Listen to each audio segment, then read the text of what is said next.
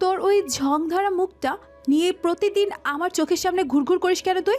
হ্যাঁ, আমি তো আপনার চোখের সামনে ঘুরি না। তাহলে তুই ঠিক আমার গাড়ির সামনে এসে দাঁড়িয়েছিস কেন? রাস্তাটা তো আর আপনার একার কেনা নয়। তোর মতো একটা ফকিরনি আমাকে রাস্তার হিসাব শেখাচ্ছে। আমি রাস্তার হিসাব শেখাচ্ছি না, শুধু সত্যিটা বললাম। সত্যিটা হলো তুই ইচ্ছে করে আমার গাড়ির নিচে পড়তে চেয়েছিস। আমি কেন আপনার গাড়ির নিচে পড়তে যাব? ক্ষতিপূরণের টাকা হাতানোর জন্য। তোদের মতো বস্তির ছেলেদের এটাই তো ধান্দা। আমার কোনো টাকার দরকার নেই। টাকার দরকার নেই? তোর শার্টের তো বোতাম ছেঁড়া, তুই কথা বলছিস বড়লোকদের মতো। ছেঁড়া শার্ট পরলে কেউ ছোট হয়ে যায় না। তোর মতো আনস্মার্ট আর খ্যাত একটা ছেলে আমাদের ব্যাচে পড়ে, এটা ভাবলে আমার গা ঘিন ঘিন করে। আমি তো কারো কোনো ক্ষতি করছি না। তোর ওই সস্তা চেহারাটাই আমার সবচেয়ে বড় ক্ষতি। চেহারা তো আর মানুষ নিজে বানায় না। তুই আমার সাথে মুখে মুখে তর্ক করছিস? আমি শুধু আমার কথাটা বুঝিয়ে বলছি। তোর কথা শোনার কোনো ইচ্ছে বা সময় আমার নেই। তাহলে আমাকে যেতে দিন, আমার ক্লাসে দেরি হয়ে যাচ্ছে। তোর ক্লাস গোল্লায় যাক, তুই আগে আমার কাছে মাপ চা। ঢাকার বসুন্ধরা আবাসিক এলাকায় মুষলধারে বৃষ্টি নামছে, আর নর্থ সাউথ ইউনিভার্সিটির বিশাল গেটের সামনে দাঁড়িয়ে এই দুজনের চরম তর্ক চলছে। মুন্নি আর হৃদয় একই ব্যাচের স্টুডেন্ট, তাই তাদের মধ্যে পরিচয়টা আগে থেকেই।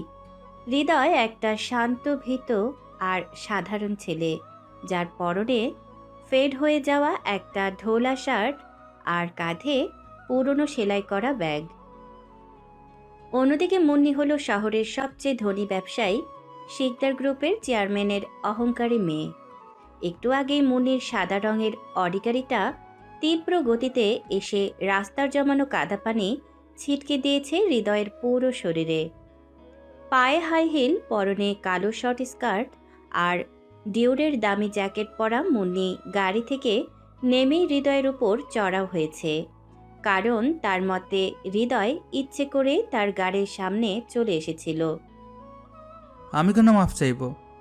কারণ তুই আমার গাড়ির সামনে এসে আমাকে ব্রেক করতে বাধ্য করেছিস। আপনি গাড়িটা অতিরিক্ত স্পিডে চালাচ্ছিলেন। আমি আমার গাড়ি যেভাবে খুশি চালাবো, তুই বলার কে? আমার পুরো শার্ট কাদায় নষ্ট হয়ে গেছে।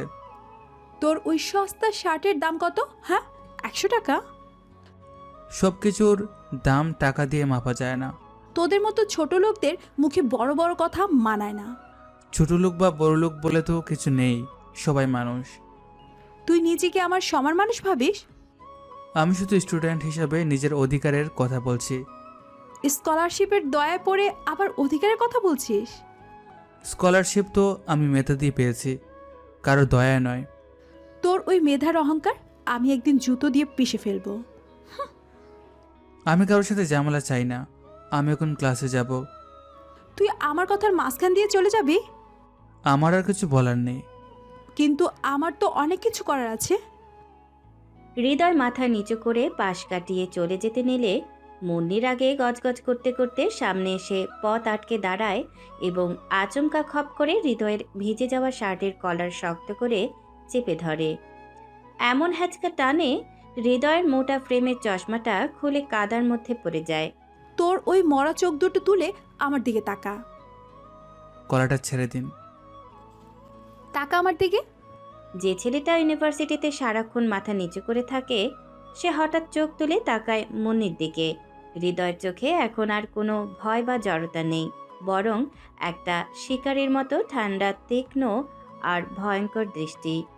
মুন্নি সেই দৃষ্টি দেখে এক মুহূর্তের জন্য থমকে যায়। তোর ওই চোখ দুটো আমি। মুন্নি কথাটা শেষ করার আগেই বৃষ্টির কাদায় তার হাই হিল পিছলে যায়। ছিটকে মাটিতে পড়ে যাওয়ার ঠিক আগের মুহূর্তে হৃদয় তার ডান হাত দিয়ে মুন্নির সরু কোমর শক্ত করে জড়িয়ে ধরে। মুন্নির শর্ট জ্যাকেটের নিচে উন্মুক্ত পেটে হৃদয়ের শক্ত হাতের ঠান্ডা স্পর্শ লাগে। মুন্নির শ্বাস আটকে আসে, শরীরে একটা অদ্ভুত শিহরণ খেলে যায়। তুই পরে যাচ্ছিলেন? ছাড়ো আমাকে। আপনার হিল কাদায় আটকে আছে, পরে যাবেন। আমি দাঁড়াতে পারবো, তোমার নোংরা হাত ছড়াও। শিওর? হ্যাঁ, শিওর। হৃদয় মুন্নির চোখের দিকে তাকিয়ে এক অদ্ভুত দম্ভ নিয়ে তাকে সোজা করে দাঁড় করিয়ে দেয় এবং নিচু হয়ে কাদার ভেতর থেকে তার চশমাটা তুলে নেয়। চশমাটা চোখে পড়ার সাথে সাথে হৃদয়ের সেই শিকারী দৃষ্টি গায়েব হয়ে যায়, আবার সেই ভীতু বোকা আর আনস্মার্ট চেহারা ফিরে আসে। তোমার ওই খ্যাত চেহারের নিচে এত জোর কোথা থেকে এলো? আমি তো শুধু আপনাকে সাহায্য করলাম। তুই এইমাত্র আমার দিকে ওভাবে তাকিয়েছিলি কেন? হুম। কিভাবে? ওই যে একটু আগে তোমার চোখের দৃষ্টি পুরো অন্যরকম ছিল। আমার চোখে পাওয়ার অনেক বেশি, চশমা ছাড়া আমি কিছু দেখতে পাই না। তুমি আমার সাথে নাটক করছো হৃদয়। আমি কেন নাটক করব? আমার তো মনে হচ্ছে তুমি ইচ্ছে করে আমাকে ছুঁয়েছো। বিশ্বাস করুন, আমি ওরকম কিছু ভাবিনি। তোমাদের মতো ছেলেদের আমি খুব ভালো করে চিনি, সুযোগ পেলে গায়ে হাত দেওয়ার ধান্দা। আমি কি এখন যেতে পারি? যাও, কিন্তু এরপর যদি আমার চোখের সামনে পড়েছো, তোমার ওই মেধা আমি ঘাট থেকে নামিয়ে দেব। আর কখনো এমন হবে না। হৃদয় মাথা নিচু করে তার পুরনো ব্যাগটা ঠিক করে নিয়ে গেটের দিকে হাঁটতে শুরু করে। মুন্নি স্তব্ধ হয়ে দাঁড়িয়ে থাকে। ছেলেটার পেটে স্পর্শ করার সময় হাতের ওই অদ্ভুত জোর আর সেই ঠান্ডা দৃষ্টিটা সে কোনোভাবেই মেলাতে পারছে না। এরপর সারাদিন ক্লাস শেষ করে ইউনিভার্সিটি থেকে বের হতে হতে হৃদয়ের বিকেল গড়িয়ে সন্ধ্যা হয়ে যায়। আকাশের মেঘ এখনও কাটেনি। গুড়ি গুড়ি বৃষ্টি পড়ছে ঢাকার ব্যস্ত রাস্তায়। হৃদয় বাসে না উঠে সোজা হাঁটতে থাকে কুড়িল ফ্লাইওভারের নিচের অন্ধকার রাস্তা ধরে, যেখানে সাধারণ মানুষের আনাগোনা খুব কম। সে তার ভাঙাচোরা ল্যাপটপের ব্যাগের ভেতর থেকে একটা স্যাটেলাইট ফোন বের করে। ফোনের স্ক্রিনে কোনো নাম্বার নেই, শুধু একটা লাল রঙের সিগন্যাল জ্বলছে আর নিভছে। হৃদয় ফোনটা কানে লাগাতেই ওপাশ থেকে লাইন কানেক্ট হয়। ওপাশে থাকা লোকটি হলো ডিজিএফআই এর গোপন এজেন্ট মেজর তারেক। লোকটার বয়স 40-এর কাছাকাছি, অত্যন্ত দ্রুত, ছিপছিপে গড়ন আর সবসময় একটা সন্দেহজনক দৃষ্টি নিয়ে থাকে। তার কাজ হলো দেশের ভেতরের বড় বড় সাইবার ক্রাইমগুলো কন্ট্রোল করা। ফ্যান্টম, বলুন। তুমি এতক্ষণ অফলাইনে ছিলে কেন? আমি আমার ব্যক্তিগত কাজে একটু ব্যস্ত ছিলাম। তোমার কোনো ব্যক্তিগত কাজ থাকতে পারে না, কেন থাকতে পারে না? কারণ আমাদের ডিল অনুযায়ী তুমি 24 ঘন্টা আমাদের সার্ভেলেন্সে থাকবে। আমি কারো সার্ভিলেন্সে থাকি না মেজর। তুমি কি ভুলে গেছো যে আমরা তোমাকে এই প্রজেক্টের জন্য হায়ার করেছি? আমি আপনাদের হায়ার করা কোনো কুকুর নই। মুখ সামলে কথা বলো ফ্যান্টম। আমি সবসময় মেপেই কথা বলি। তাহলে আরমান শিকদারের ইলিগাল আর্মস শিপমেন্টের খবর কত দূর? কাল রাতের ভেতরে সব ডেটা পেয়ে যাবেন। তুমি কি শিওর যে ডেটাগুলো আসল? ফ্যান্টম কখনো ফেক ডেটা নিয়ে খেলে না। আমাদের কিন্তু শিকদারকে জ্যান্ত চাই। আমি তো তাকে মারতে যাচ্ছি না। কিন্তু ও যেন কোনোভাবেই বুঝতে না পারে যে আমরা ওর সার্ভারে ঢুকেছি। সেটা আমি বুঝবো, আপনাদের ভাবতে হবে না। তুমি কিন্তু নিজের লিমিট ক্রস করছো ফ্যান্টম। আমার কোনো লিমিট নেই মেজর। গভর্নমেন্ট তোমাকে একটা নির্দিষ্ট কাজের সুযোগ দিয়েছে, এটা ভুলে যেও না। সরকার আমাকে সুযোগ দেয়নি, আমি সরকারকে সুযোগ দিয়েছি শিকদারকে ধরার। তাহলে তুমি আবার জামান শিকদারের ফ্যামিলির পেছনে কেন লেগেছো? আমাদের আসল টার্গেট তো আরমান শিকদার। আমি কার পেছনে লাগবো সেটা আমার পার্সোনাল ব্যাপার। তুমি কি আমাদের সাথে ডাবল গেম খেলছো? আমি গেম খেলি না, আমি গেম তৈরি করি। শোনো ফ্যান্টম, তুমি যদি কোনো চালাকি করার চেষ্টা করো তাহলে কিন্তু তোমার খবর আছে। কী খবর আছে? আমি তো আলহামদুলিল্লাহ ভালোই আছি। আমরা চাইলে তোমার আসল পরিচয় সবার সামনে প্রকাশ করে দিতে পারি। আমার পরিচয় প্রকাশ করার মতো ক্ষমতা আপনাদের সার্ভারে নেই। তোমার ওভার কনফিডেন্স একদিন তোমাকে ডুবাবে। খুব শীঘ্রই ফোল্ডার টু বি ডিক্রিপ্ট করবেন। পিনকোড কোথায় পাবো? আমি ঠিক সময় পাঠিয়ে দেব। আর আরমান শিকদারের ওই সুইস অ্যাকাউন্টের কি খবর? সেটা আপাতত লক করা আছে। তুমি টাকাগুলো কোথায় সরিয়েছো? সেটা আপনাদের জানার কথা নয়। তুমি আমাদের না জানি এত বড় একটা স্টেপ নিলে কিভাবে? কাজটা তো আরমান শিকদারকে শেষ করার, তাই না? হ্যাঁ, কিন্তু আমাদের রুলস তো মানতে হবে। আমি কারো রুলসে চলি না মেজর। তুমি কি দেশের আইনের ঊর্ধ্বে? সাইবার দুনিয়ায় আমি আইন। আরমান শিকদার যদি ওই টাকার খোঁজ না পায়, ও কি পাগল হয়ে যাবে? আমি তো ওকে পাগলই করতে চাই। তুমি কি জানো আরমান শিকদারের পেছনে কত বড় বড় পলিটিক্যাল হাত আছে? সবার হাত আমি এক এক করে কেটে দেব। তোমার আসল উদ্দেশ্যটা কি ফ্যান্টাম? সময় হলে সব দেখতে পারবেন। আমাদের কিন্তু ওপর মহলে জবাবদিহিতা করতে হয়। আপনাদের উপর মহলকে বলবেন ফ্যান্টম তার কাজ ঠিক মতোই করছে। কিন্তু এইভাবে চলতে থাকলে প্রজেক্ট ক্যান্সেল হতে পারে। প্রজেক্ট ক্যান্সেল হলে আপনাদেরই ক্ষতি, আমার না। তুমি কি আমাদের হুমকি দিচ্ছ? আমি শুধু বাস্তবটা মনে করে দিচ্ছি।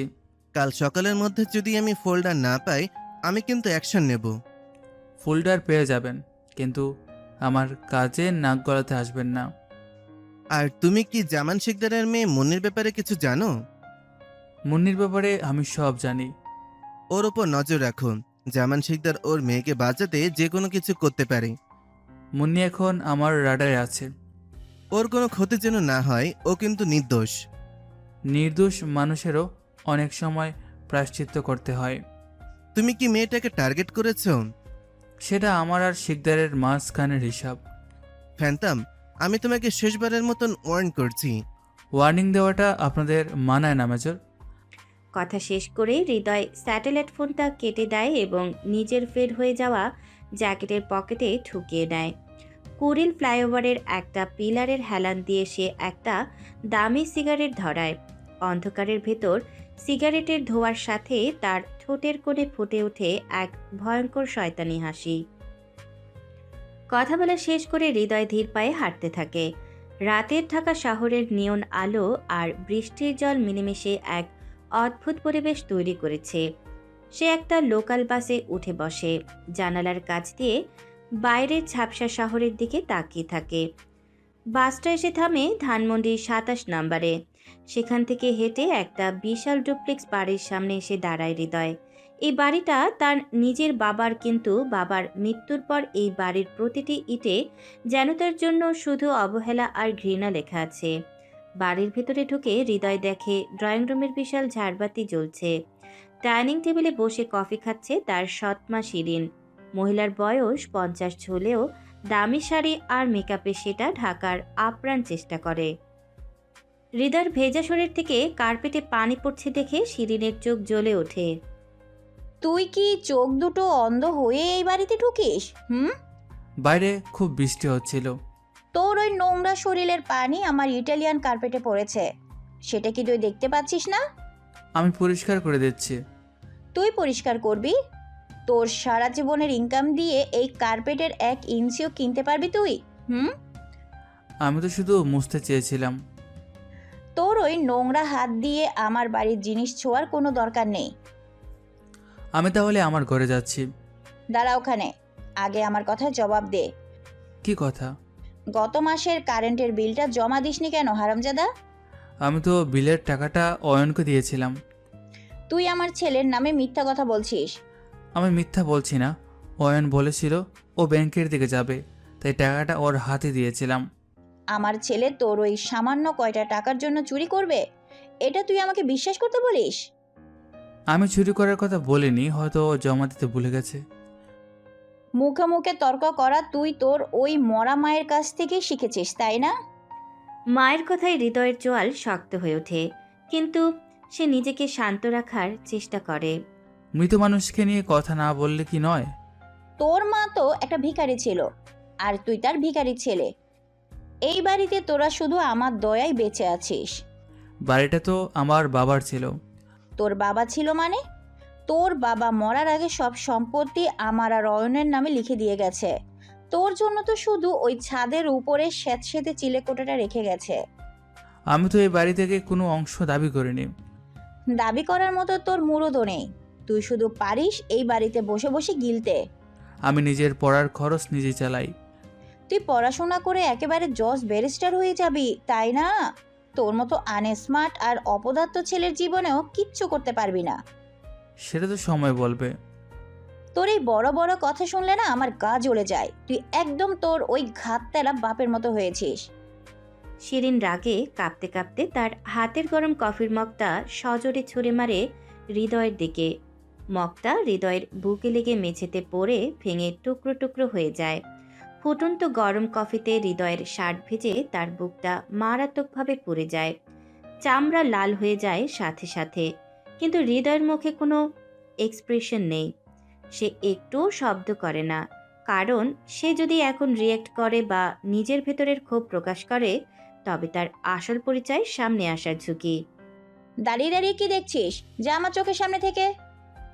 আমি কি রান্না করতে গিয়ে একটু খাবার নিতে পারি? দুপুরের বাসি ভাত আর একটু ডাল রাখা আছে, ওইটাই তোর জন্য যথেষ্ট। ঠিক আছে। বুকটা পুড়ে যাওয়ার যন্ত্রণায় জ্বললেও হৃদয় চুপচাপ মাথা নিচু করে রান্নাঘর থেকে রাতের বেঁচে যাওয়া বাসি খাবার একটা প্লেটে নিয়ে সিঁড়ি ভেঙে ছাদে নিচের চিলেকোঠার ঘরে চলে যায়। ঘরটার সাথে সাথে দেয়ালে ড্যাম ধরেছে। একটা পুরনো খাট আর একটা ভাঙা টেবিল ছাড়া ঘরে আর কিছুই নেই। হৃদয় খাবারটা সবেমাত্র টেবিলে রেখেছে। ঠিক তখন ধরাম করে দরজা খুলে ঘরে ঢুকে তার সৎ ভাই অয়ন। অয়ন সবসময় নেশায় ডুবে থাকে, বদমেজাজি আর উশৃঙ্খল একটা ছেলে। তুই মায়ের কাছে আমার নামে কি বলেছিস? আমি তো শুধু সত্যি কথাটা বলেছিলাম। তুই নাকি আমার মাকে বলেছিস যে তুই কারেন্টের বিলের টাকা আমাকে দিয়েছিস। আমি তো তোকেই দিয়েছিলাম অয়ন। আমি তোর টাকা দিয়ে বন্ধুদের সাথে পার্টি করেছি, তাতে তোর বাপের কি? ওই টাকাটা আমি টিউশন করে জমিয়েছিলাম। তোর ওই ফকিনি মার্কা টিউশনের টাকা দিয়ে আমি মদ খেয়েছি, তোর কোনো সমস্যা আছে? আমি তো তোকে কিছু বলিনি। কিন্তু তুই মায়ের কাছে আমার নামে বিচার দিয়েছিস কোন সাহসে? মা জানতে চাইলেও তাই বললাম। তোর এই জংধারা মুখটা আমি আজ ভেঙে দেবো। অয়ন রাগে গজগজ করতে করতে টেবিলের উপরে রাখা হৃদয়ের পুরনো ল্যাপটপটার দিকে তাকায়। তুই সারাদিন এই ল্যাপটপের দিকে তাকিয়ে কি করিস রে? আমার পড়াশোনার কাজ করি। তোর মতো খ্যাত ছেলের আবার পড়াশোনা? অয়ন পাতলে সজোরে একটা লাথি মারে ল্যাপটপটার ওপর। ল্যাপটপটা ছিটকে মেঝেতে পড়ে স্ক্রিনটা ভেঙে চৌচির হয়ে যায়। নে, এবার সারাদিন বসে বসে পড়াশোনা কর। এটা তুই ঠিক করলি না অয়ন। আমি যা খুশি তাই করবো, এই বাড়ির সব কিছু আমার। তুই যদি বেশি কথা বলিস কালই তোকে ঘাড় ধাক্কা দিয়ে বের করে দেবো। অয়ন আর কোনো কথা না বলে ঘর থেকে বেরিয়ে যায়। হৃদয় ভাঙা ল্যাপটপটার দিকে তাকিয়ে থাকে, কিন্তু তার চোখ কোনো কষ্ট বা রাগ নেই। তার ঠোঁটে বরং একটা তাচ্ছিল্যর হাসি ফুটে ওঠে। অয়ন জানে না এই ভাঙা ল্যাপটপটা আসলে একটা ডামি। সারা রাত আর ঘুমানো হয় না হৃদয়ের। পোড়া বুকে মলম লাগিয়ে সে তার আসল হ্যাকিং সেটআপ নিয়ে বসে কাজ করে। সকালে উঠে আবার সেই পুরনো ঢোলা শার্ট আর চশমা পরে নর্থ সাউথ ইউনিভার্সিটির উদ্দেশ্যে বেরিয়ে পড়ে। ইউনিভার্সিটির বিশাল করিডোরে হাঁটতে হাঁটতে হঠাৎ তার সামনে এসে দাঁড়ায় মুন্নি। আজকে আবার কোন গাড়ির নিচে পড়ার প্ল্যান করেছিস? আমি তো আমার ক্লাসে যাচ্ছি। তোর ওই সস্তা মুখটা দেখলে আমার সকালটাই নষ্ট হয়ে যায়। তাহলে আমার দিকে তাকাবেন না। তুই আমাকে নির্দেশ দিচ্ছিস?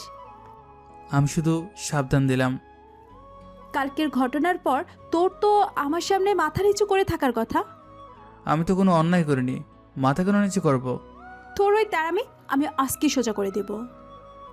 আপনি তো আমাকে কালকে ওয়ার্ন করেছিলেন। আমার বয়ফ্রেন্ড রিয়াদ তোর ওই ঝং ধরা চশমাটা আজকে তোর গলা দিয়ে নামাবে। আপনার বয়ফ্রেন্ডের কি নিজের কোনো কাজ নেই? তোর মতো আবর্জনা পরিষ্কার করাটাই এখন ওর প্রধান কাজ।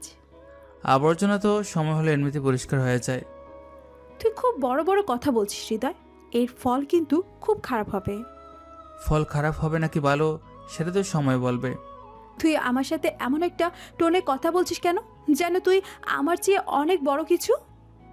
আমি তো খুবই সাধারণ একজন স্টুডেন্ট। কিন্তু তোর ওই চোখ দুটো একদম সাধারণ নয়, কাল আমি দেখেছি।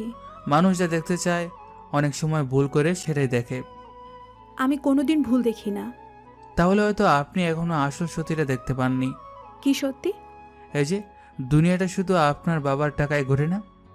তোর সাহস তো কম না, তুই আমার বাবার টাকার নামে কথা বলিস। আমি শুধু বাস্তবটা মনে করিয়ে দিলাম। আজ রিয়া তোকে এই বাস্তবতাটাই হাড়ে হাড়ে বুঝিয়ে দেবে। মুন্নির আগে ফুঁসতে ফুঁসতে চলে যায়। হৃদয় একটা দীর্ঘশ্বাস ফেলে স্পোর্টস কমপ্লেক্সের দিকে এগোয়। আর হৃদয় গিয়ে স্পোর্টস কমপ্লেক্সের লকার রুমের ভেতরে ঢুকে নিজের ব্যাগটা রাখছিল। ঠিক তখনই রিয়া তার 4 জন সাঙ্গপাঙ্গ নিয়ে লকার রুমে ঢোকে এবং ভেতর থেকে দরজাটা লক করে দেয়। কিরে খ্যাত, কেমন আছিস? রিয়াদ হলো মুন্নির বয়ফ্রেন্ড। সে আরমান শিকদারের ছেলে, যাকে সবাই গ্যাংস্টার হিসেবে চেনে। রিয়াদ অত্যন্ত রাগী, দাম্ভিক আর ইউনিভার্সিটিতে একটা পুরো গ্যাং মেনটেন করে চলে। আমি তো ভালোই আছি। কাল থেকে তোর ভালো থাকাটা চিরতরে শেষ হয়ে গেছে। কেন? কারণ তুই মুন্নির গায়ে হাত দিয়েছিস।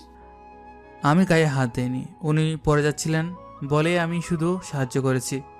তোর ওই নোংরা হাত দিয়ে তুই মুন্নিকে ছোঁয়ার সাহস পেলি কোথা থেকে? মানুষ তো মানুষকে সাহায্য করেই।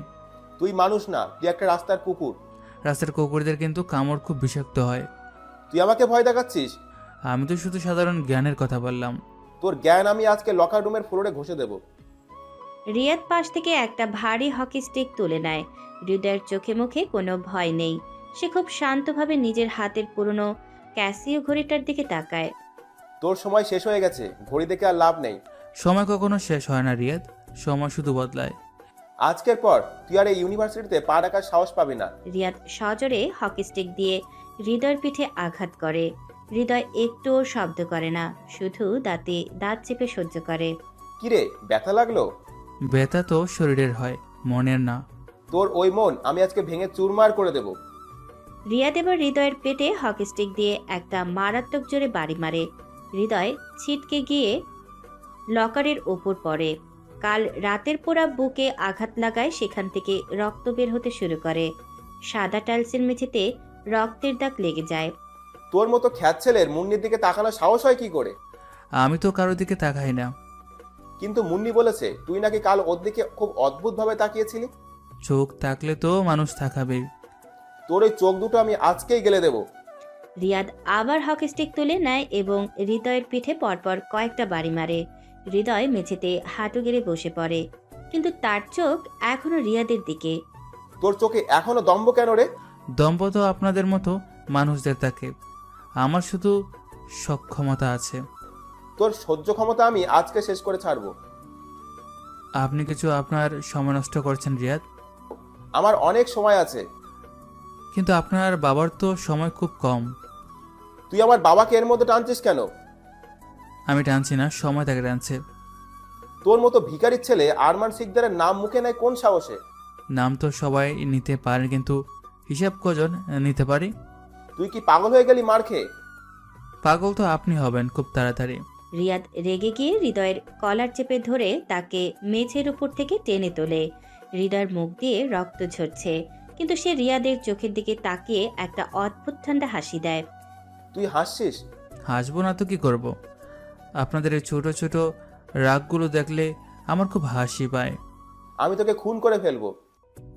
খুন তো আপনার বাবাও করেছিল, কিন্তু সেটার ফল কি ভালো হয়েছে? তুই আমার বাবার নামে আজে বাজে কথা বললে আমি তো জিভ কেটে নেব। আমার জিভ কাটার আগে আপনার বাবার সাম্রাজ্য বাঁচানোর কথা ভাবুন। তোর মতো মশা মারার জন্য আমার বাবা পর্যন্ত যাওয়ার দরকার নেই। রিয়াদ হৃদয়কে সজোরে ধাক্কা দিয়ে লকারের ওপর ফেলে দেয়। হৃদয় আবার ঘড়ির দিকে তাকায়, টিক টিক করে সেকেন্ডের কাঁটা খুঁজছে। Time is taking Riyad. তোর টাইম আমি আজকে স্টপ করে দিলাম। আমার সময় তো মাত্র শুরু হলো। আর একটা কথা বললে তোর মাথা আমি এই হকি স্টিক দিয়ে ফাটিয়ে দিব। আপনি তো আমাকে মারলেন, এবার কি আপনার রাগ কমলো? আমার রাগ কমবে যেদিন তুই এই ইউনিভার্সিটি থেকে চিরতলে চলে যাবি। আমি তো কোথাও যাব না, এখানেই থাকবো। তাহলে প্রতিদিন তোকে এই লকার রুমেই মরতে হবে। মৃত্যুকে যে ভয় পায় না, তাকে আপনি কি দিয়ে ভয় দেখাবেন রিয়াদ? তোর এই ডায়লগ মার আমি বের করে দিচ্ছি। রিয়াদ হকি স্টিকটা উঁচু করে হৃদয়ের মাথায় মারতে যাবে, ঠিক তখনই লকার রুমের বাইরে থেকে কেউ জোরে ধাক্কা দেয়। রিয়াদের এক সাঙ্গপাঙ্গ গিয়ে দরজাটা একটু ফাঁক করে। বাইরে মুন্নি দাঁড়িয়ে আছে। রিয়াদ, দরজা খোলো। মুন্নি তুমি এখানে কেন? তুই ওকে মারছিস কেন? মুন্নি তুমি এখানে কেন? ও কালকে তোর গায়ে হাত দিয়েছে, আমি ওকে শিক্ষা দিচ্ছি। শিক্ষা দেওয়া হয়ে গেছে, এবার ওকে ছাড়। আমি ওকে আজ ছাড়বো না মুন্নি। আমি বলছি ওকে ছেড়ে দে রিয়াদ, এটা ইউনিভার্সিটি। পুলিশ কেস হয়ে গেলে তোর বাবার বদনাম হবে। আমার বাবার পুলিশ নিয়ে কোনো ভয় নেই। কিন্তু আমার তো আছে। তুই দরজা খোল। রিয়াদ বিরক্ত হয়ে হকি স্টিকটা নিচে ফেলে দেয়। মুন্নি লকার রুমে ঢুকে দেখে হৃদয় রক্তাক্ত অবস্থায় ফ্লোরে বসে আছে। তার ঢোলা শার্টটা রক্তে ভিজে গেছে। মুন্নির বুকে হঠাৎ করেই একটা অদ্ভুত ধাক্কা লাগে, কারণ ছেলেটার চোখে এখনো কোনো কান্না বা ভয়ের ছাপ নেই। তুই কি মরে যেতে চাস?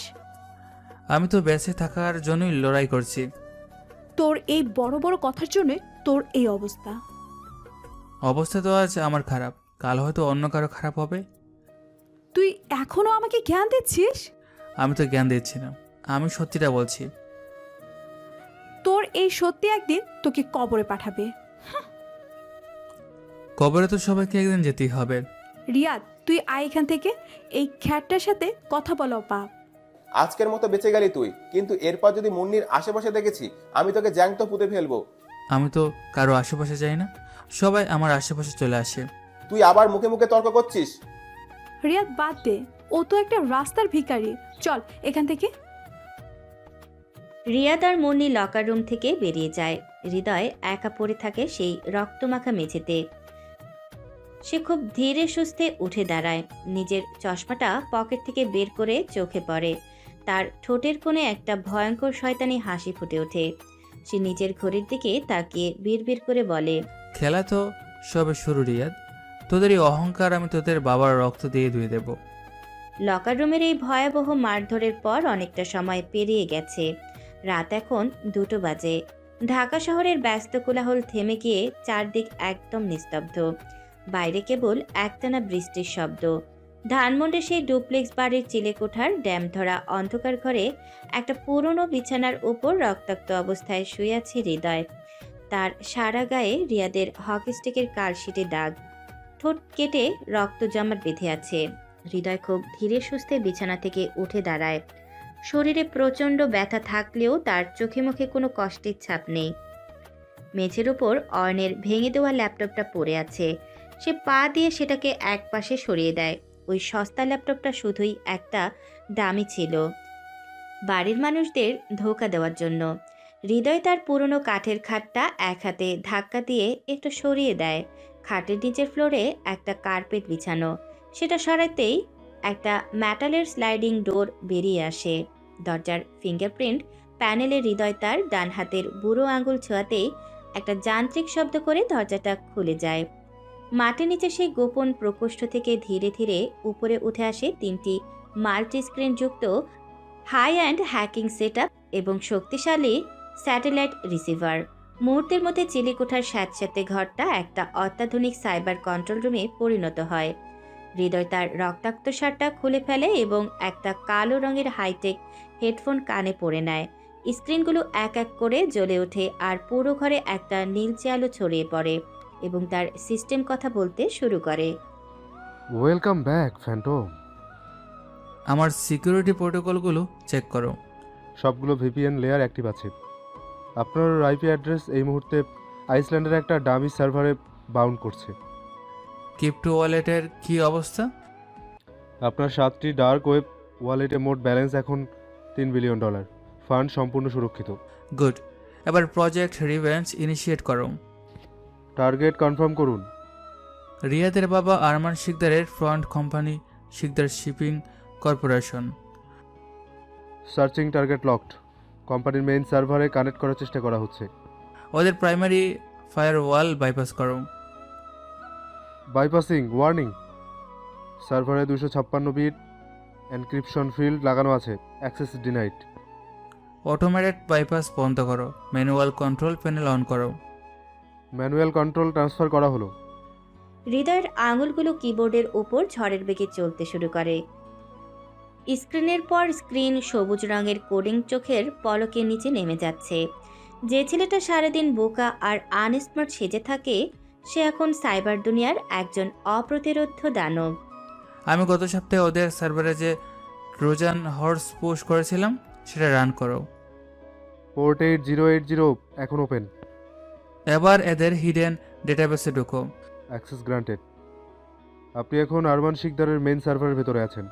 ওদের চট্টগ্রাম পোর্টে আসার অপেক্ষায় থাকা ইলিগ্যাল আর্মস শিপমেন্টের পুরো ব্লু প্রিন্টটা বের করো। ডেটা এক্সাক্ট করা হচ্ছে 50%, 100%। File ready. ফাইলের সাথে আরমান শিকদারের সব অবৈধ অফশোর ব্যাংক অ্যাকাউন্টের ডিটেলস অ্যাটাচ করো। ফাইল অ্যাটাচ করা হয়েছে। এবার এই পুরো ডেটাবেসটা ঢাকা ডিবি পুলিশের চিফ এবং ডিজিএফআই হেডকোয়ার্টার্সের অফিসিয়াল ইমেলে সেন্ড করে দাও। সেন্ডিং। File send successfully. কোনো ডিজিটাল ফুটপ্রিন্ট রাখা হয়নি। এবার আসল খেলাটা শুরু করা যাক। নেক্সট কমান্ড দিন। ঢাকা স্টক এক্সচেঞ্জের লাইভ সার্ভারে কানেক্ট করো। ওয়ার্নিং, এটি একটি হাই সিকিউরিটি গভর্নমেন্ট সার্ভার। আমার ডেমিশিয়ার ডাম্পড কিপটা ইনজেক্ট করো। Script injected. শিকদার শিপিং কর্পোরেশনের শেয়ার ভ্যালু ম্যানিপুলেট করা হচ্ছে। ওদের শেয়ারের দাম অটোমেটিক ড্রপ করতে থাকো, প্রতি সেকেন্ডে 10%। শেয়ারের দাম কমতে শুরু করেছে। ইনভেস্টরদের কাছে ফেক প্যানিক অ্যালার্ট পাঠানো হচ্ছে। ড্রপটা আরও ফাস্ট করো। শেয়ার ভ্যালু 50% নেমেছে। Make it 0। Share market value 0-তে ক্র্যাশ করেছে। শিকদার কর্পোরেশনের লিগ্যাল অস্তিত্ব এই মুহূর্তে দেউলিয়া। আনুমানিক ক্ষতি 800 কোটি টাকা।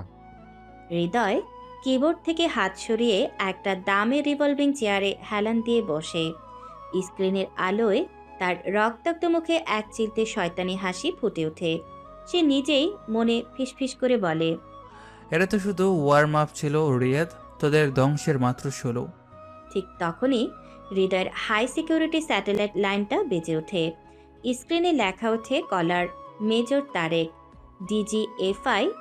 হৃদয় একটা বাটন চেপে কলটা রিসিভ করে। ফ্যান্টম, তুমি এইমাত্র কি করলে? আমি তো আমার কাজ করলাম মেজর। তুমি আরমান শিকদারের কোম্পানির পুরো শেয়ার মার্কেট ধসিয়ে দিয়েছো। আমি শুধু ওর টাকার অঙ্কটা মাটিতে মিশিয়ে দিলাম। আমাদের ডিল ছিল তুমি শুধু আর্মস শিপমেন্টের ডেটা আমাদের হাতে দেবে, আমি তো ডেটা পাঠিয়ে দিয়েছি, চেক করে দেখুন। কিন্তু তুমি কোম্পানিটাকে পাবলিকলি দেউলিয়া করে দিলে কেন? কারণ একটা আহত সাপ খুব তাড়াতাড়ি ভুল করে। আরমান শিকদার এখন পাগলের মতন রিয়াক্ট করবে। আমি তো সেটাই চাই।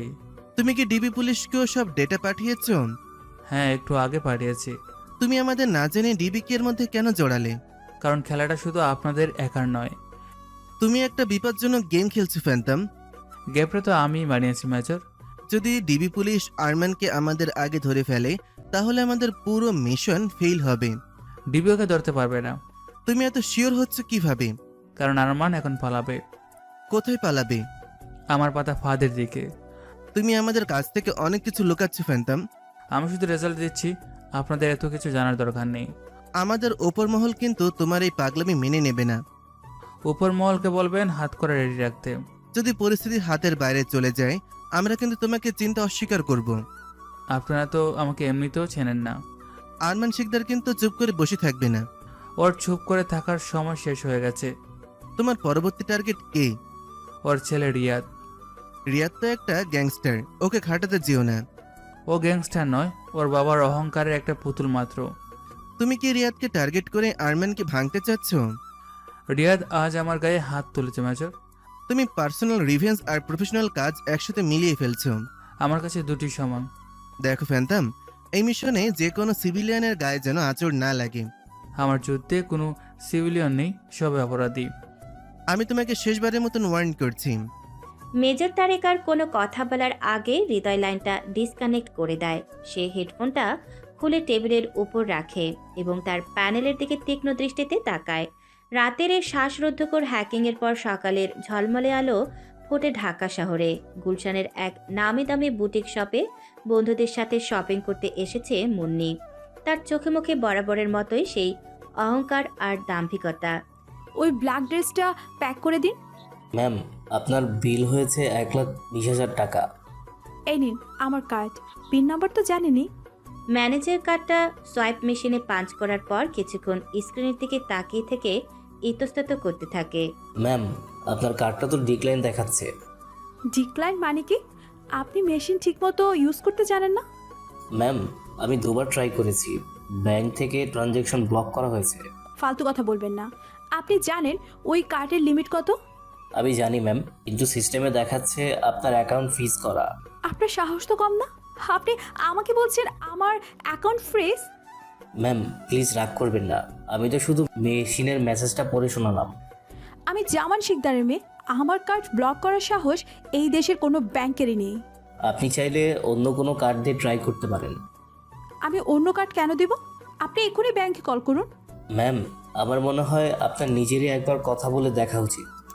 ঠিক আছে, আমি আমার বাবাকে কল দিচ্ছি। তারপর আপনার ওই সব আমি কিভাবে বন্ধ করি সেটা শুধু দেখবেন। রাগে গজগজ করতে করতে মুন্নি নিজের আইফোন বের করে বাবার নাম্বারে ডায়াল করে, কিন্তু ওপাশ থেকে ফোন রিসিভ হওয়ার পর বাবার গলার স্বর শুনে মুন্নি থমকে যায়। বাবা, আমার কার্ড কাজ করছে না কেন? তুই কোথায় এখন মা? আমি গুলশানের শপে। ওরা বলছে আমার অ্যাকাউন্টে নাকি ফ্রিজ করা। তুই এক্ষুনি বাড়িতে আয় মুন্নি। বাড়িতে কেন আসবো? তুমি আগে এই কার্ডের প্রবলেম সলভ করো। আমার কথা শোন মা, তুই কিছু না কিনে সোজা বাড়িতে চলে আয়। কি বলছো তুমি এসব? আমার বন্ধুরা আমার দিকে তাকিয়ে আছে। তোর বন্ধুদের বল তুই পরে শপিং করবি, পরিস্থিতি খুব খারাপ। পরিস্থিতি খারাপ মানে? কি হয়েছে বাবা? তুই আগে বাসায় আয়, ফোনে এসব বলা যাবে না। বাবার কাঁপা কাঁপা গলা শুনে মুন্নির বুকের ভেতরটা হঠাৎ করে ছ্যাট করে ওঠে। সে বুটিক শপ থেকে বেরিয়ে নিজের অডি গাড়িটা চালিয়ে সোজা গুলশান 2 নম্বরে তাদের বিলাসবহুল বাড়িতে এসে পৌঁছায়। ড্রয়িং রুমে ঢুকে সে দেখে তার বাবা জামান শিকদার মাথায় হাত দিয়ে সোফায় বসে আছেন, আর কয়েকজন লোক ল্যাপটপ নিয়ে ব্যস্ত। বাবা, কি হয়েছে আমাকে বলবে এবার? আমাদের সব শেষ হয়ে গেছে মুন্নি। সব শেষ হয়ে গেছে মানে? তুমি কি মজা করছো আমার সাথে? মজা করার মতো অবস্থায় আমি নেই মা। তাহলে পরিষ্কার করে বলো সমস্যাটা কোথায়? আমার সুইচ ব্যাংকের অ্যাকাউন্টটা হ্যাক হয়েছে। হ্যাক হয়েছে মানে কি? সুইস ব্যাংকের অ্যাকাউন্ট তো দুনিয়ার সবচেয়ে সিকিউরিটি অ্যাকাউন্ট। আমি তো সেটাই জানতাম, কিন্তু কেউ একজন আমার পুরো সার্ভারের কন্ট্রোল নিয়ে নিয়েছে। টাকাগুলো কি ট্রান্সফার হয়ে গেছে? না, ট্রান্সফার হয়নি, পুরো ফান্ডটা ফ্রিজ করে রেখেছে। কে করেছে এসব? তুমি সাইবার ক্রাইমে জানোনি কেন? সুইস ব্যাংকের এই অ্যাকাউন্টে আমার সব ব্যাংক মানি রাখা ছিল। আমি পুলিশকে কি বলবো? তার মানে আমাদের কাছে এখন কোনো ক্যাশ নেই? আমি লিগ্যাল অ্যাকাউন্টগুলো সব ব্লক করা। এটা কিভাবে সম্ভব বাবা?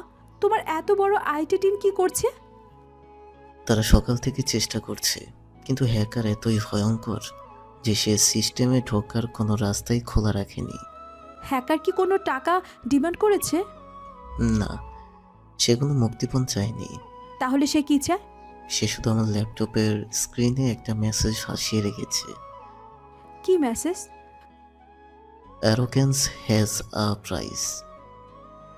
কথাটা শোনার সাথে সাথে মুন্নির চোখের সামনে হঠাৎ করে হৃদয়ের সেই ঠান্ডা দৃষ্টি আর শান্ত গলার কথাগুলো ভেসে ওঠে, কিন্তু সে সাথে সাথেই মাথা থেকে চিন্তাটা ঝেড়ে ফেলে। অহংকারের আবার কিসের মূল্য? আমি জানি না মা, আমার তো মনে হয় এটা কোনো ব্যবসায়িক শত্রুর কাজ। তোমার ব্যবসায়িক শত্রু আমাদের পার্সোনাল অ্যাকাউন্টে হাত দিবে কেন? টাকাগুলো রিকভার করতে না পারলে আমাকে পথে বসতে হবে মুন্নি। আমি বুঝতে পারছি না, যে মানুষগুলো কাল পর্যন্ত আমাদের কথা উদ্বোস করত, তারা আজ আমাদের অ্যাকাউন্ট ব্লক করে দিচ্ছে। টাকা না থাকলে এই দুনিয়ার কেউ কাউকে চেনে না মা। তুমি টেনশন করো না বাবা, রিয়াদের বাবাকে একবার কল করে দেখো। আরমান শিকদারকে কল করে কোনো লাভ নেই। শুনলাম ওর নিজের কোম্পানির শেয়ার নাকি আজ সকালে জিরো হয়ে গেছে। কি বলছো এসব? রিয়াদ তো আমাকে কিছু জানায়নি। শহরের বড় বড় সব মাফিয়া আর ব্যবসায়ীদের ওপর কে যেন এক অদৃশ্য হামলা চালাচ্ছে। বাবার ওই কথাগুলো শোনার পর থেকে মুন্নির মাথার ভেতর সবকিছু কেমন যেন শূন্য লাগতে শুরু করে। যে মুন্নি টাকার গরমে মাটিতে পা ফেলত না, আজ সে নিজের বাড়ির সোফায় বসে চরম অসহায়ত্ব অনুভব করতে থাকে। এর কয়েকদিন পরের কথা, নর্থ সাউথ ইউনিভার্সিটির অ্যানুয়াল পার্টি চলছে শহরের নামি দামি র্যাডিসন ব্লু হোটেলের বিশাল ব্যানকুইট হলে। পার্টিতে লাইট, মিউজিক আর মানুষের ভিড়ে চারদিক সরগম। মুন্নি আজ একটা মেরুন রঙের ডিপ নেক ব্যাকলেস গাউন পরে পার্টিতে এসেছে, কিন্তু পারিবারিক ডিপ্রেশন আর বাবার ভেঙে পড়া অবস্থা তাকে মানসিকভাবে একেবারে ধ্বংস করে দিয়েছে। সে বারের এক কোনায় বসে অতিরিক্ত মদ খেয়ে পুরোপুরি মাতাল হয়ে গেছে। ব্যানকুইট হলের একপাশে ওয়েটারের ডেস্ক পরে ট্রে হাতে দাঁড়িয়ে আছে হৃদয়। সাদা শার্ট, কালো প্যান্ট আর চোখে সেই পুরনো মোটা ফ্রেমের চশমা পরে সে পার্ট টাইম কাজ করার ভান করছে, যাতে ইউনিভার্সিটির কেউ তাকে সন্দেহ করতে না পারে। মনি টলতে টলতে বারের কাউন্টার ছেড়ে ব্যাককুইন হলের পেছনের দিকের একটা অন্ধকার ভিআইপি করিডোরের দিকে এগুতে থাকে। হৃদয় তার ট্রেটা একটা টেবিলের ওপর রেখে খুব সন্তর্পণে মুন্নির পিছু নেয়। করিডোরের শেষের রুমটা ঘুটঘুটে অন্ধকার। মুন্নি ভারসাম্য হারিয়ে সেই ভিআইপি ডার্ক রুমের ভেতর ঢুকে যায়। অন্ধকারের কারণে সে দরজার হুকটা দেখতে পায়নি। ওহ, আমার মাথাটা এত ঘুরছে কেন? মুন্নি পেছন দিকে ঘুরে দরজার সাথে হেলান দিতে যায়, আর ঠিক তখনই তার মেরুন গাউনের পেছনের অংশটা দরজার হুকে আটকে বেশ কিছুটা ছিঁড়ে যায়। আহ, আমার ড্রেসটা। মুন্নি ভারসাম্য হারিয়ে মেঝের দিকে পড়ে যেতে নিলে ঠিক সেই মুহূর্তে একটা শক্ত হাত সরু কোমর জড়িয়ে ধরে তাকে শূন্যে আটকে ফেলে। হৃদয়ের চওড়া বুক আর মুন্নির নরম শরীর একদম লেপ্টে যায় একে অপরের সাথে। মুন্নির ছেড়ে যাওয়া গাউনের কারণে তার উন্মুক্ত পেট পুরোপুরি হৃদয়ের হাতের মধ্যে। কে তুমি? অন্ধকারে মুন্নি ছেলেটার মুখ দেখতে পাচ্ছে না, কিন্তু হৃদয়ের হাতের পেশির সেই বন্যচাপ আর বুকের উত্তাপ মুন্নির মাতাল স্নায়ুতে আগুন ধরিয়ে দেয়। মুন্নির গরম শ্বাস পড়ছে হৃদয়ের ঘাড়ে। তুমি পরে যাচ্ছিলে? হৃদয় তার গলার স্বাভাবিক স্বর পরিবর্তন করে একটা গম্ভীর লো পিচ ব্যারিটোনে ভয়েসে কথা বলে। এই গলা মুন্নি আগে কখনো শোনেনি। আমাকে এভাবে ধরে আছো কেন? ছাড়ো আমাকে। ছাড়লে তো তুমি এই অন্ধকারে হারিয়ে যাবে কুইন। তুমি আমাকে কুইন কেন ডাকছো? তুমি কে? আমি সেই যাকে তুমি দেখতে পাচ্ছ না, কিন্তু যার ছোঁয়া তুমি ফিল করছো। তোমার হাত এত গরম কেন? হৃদয় তার ডান হাতটা মুন্নির উন্মুক্ত পিঠের উপর দিয়ে আস্তে আস্তে উপরের দিকে উঠায়। একটা তীব্র ইলেকট্রনিক্স শক যেন মুন্নির মেরুদণ্ড বেয়ে নিচে নেমে যায়। আহ, তুমি কি করছো? তুমি তো স্মার্ট ছেলেদের পছন্দ করো কুইন, তবে আমার ছোঁয়ায় কাঁপছো কেন? আমি কাঁপছি না, আমার নেশা হয়েছে। নেশা তো চোখের দৃষ্টিতে হয়, তাই না?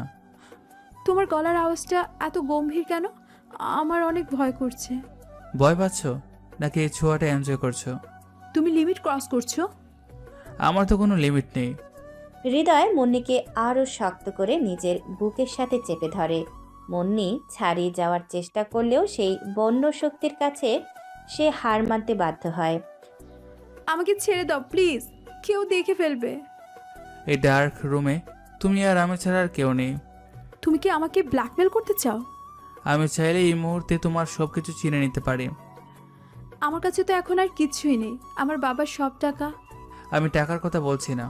তাহলে তুমি কি চাও? তোমার এই অহংকারটা ভাঙতে চাই। কে তুমি? তোমার উদ্দেশ্য কি? আমি তোমার রাতের ঘুম কেড়ে নেওয়া একটা দুঃস্বপ্ন।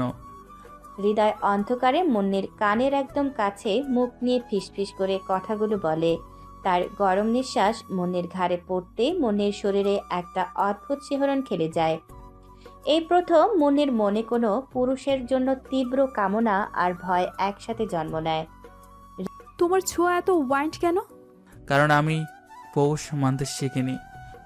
তুমি কি আমাকে চেনো? আমি তোমার প্রতিটা নিঃশ্বাসের হিসাব রাখি।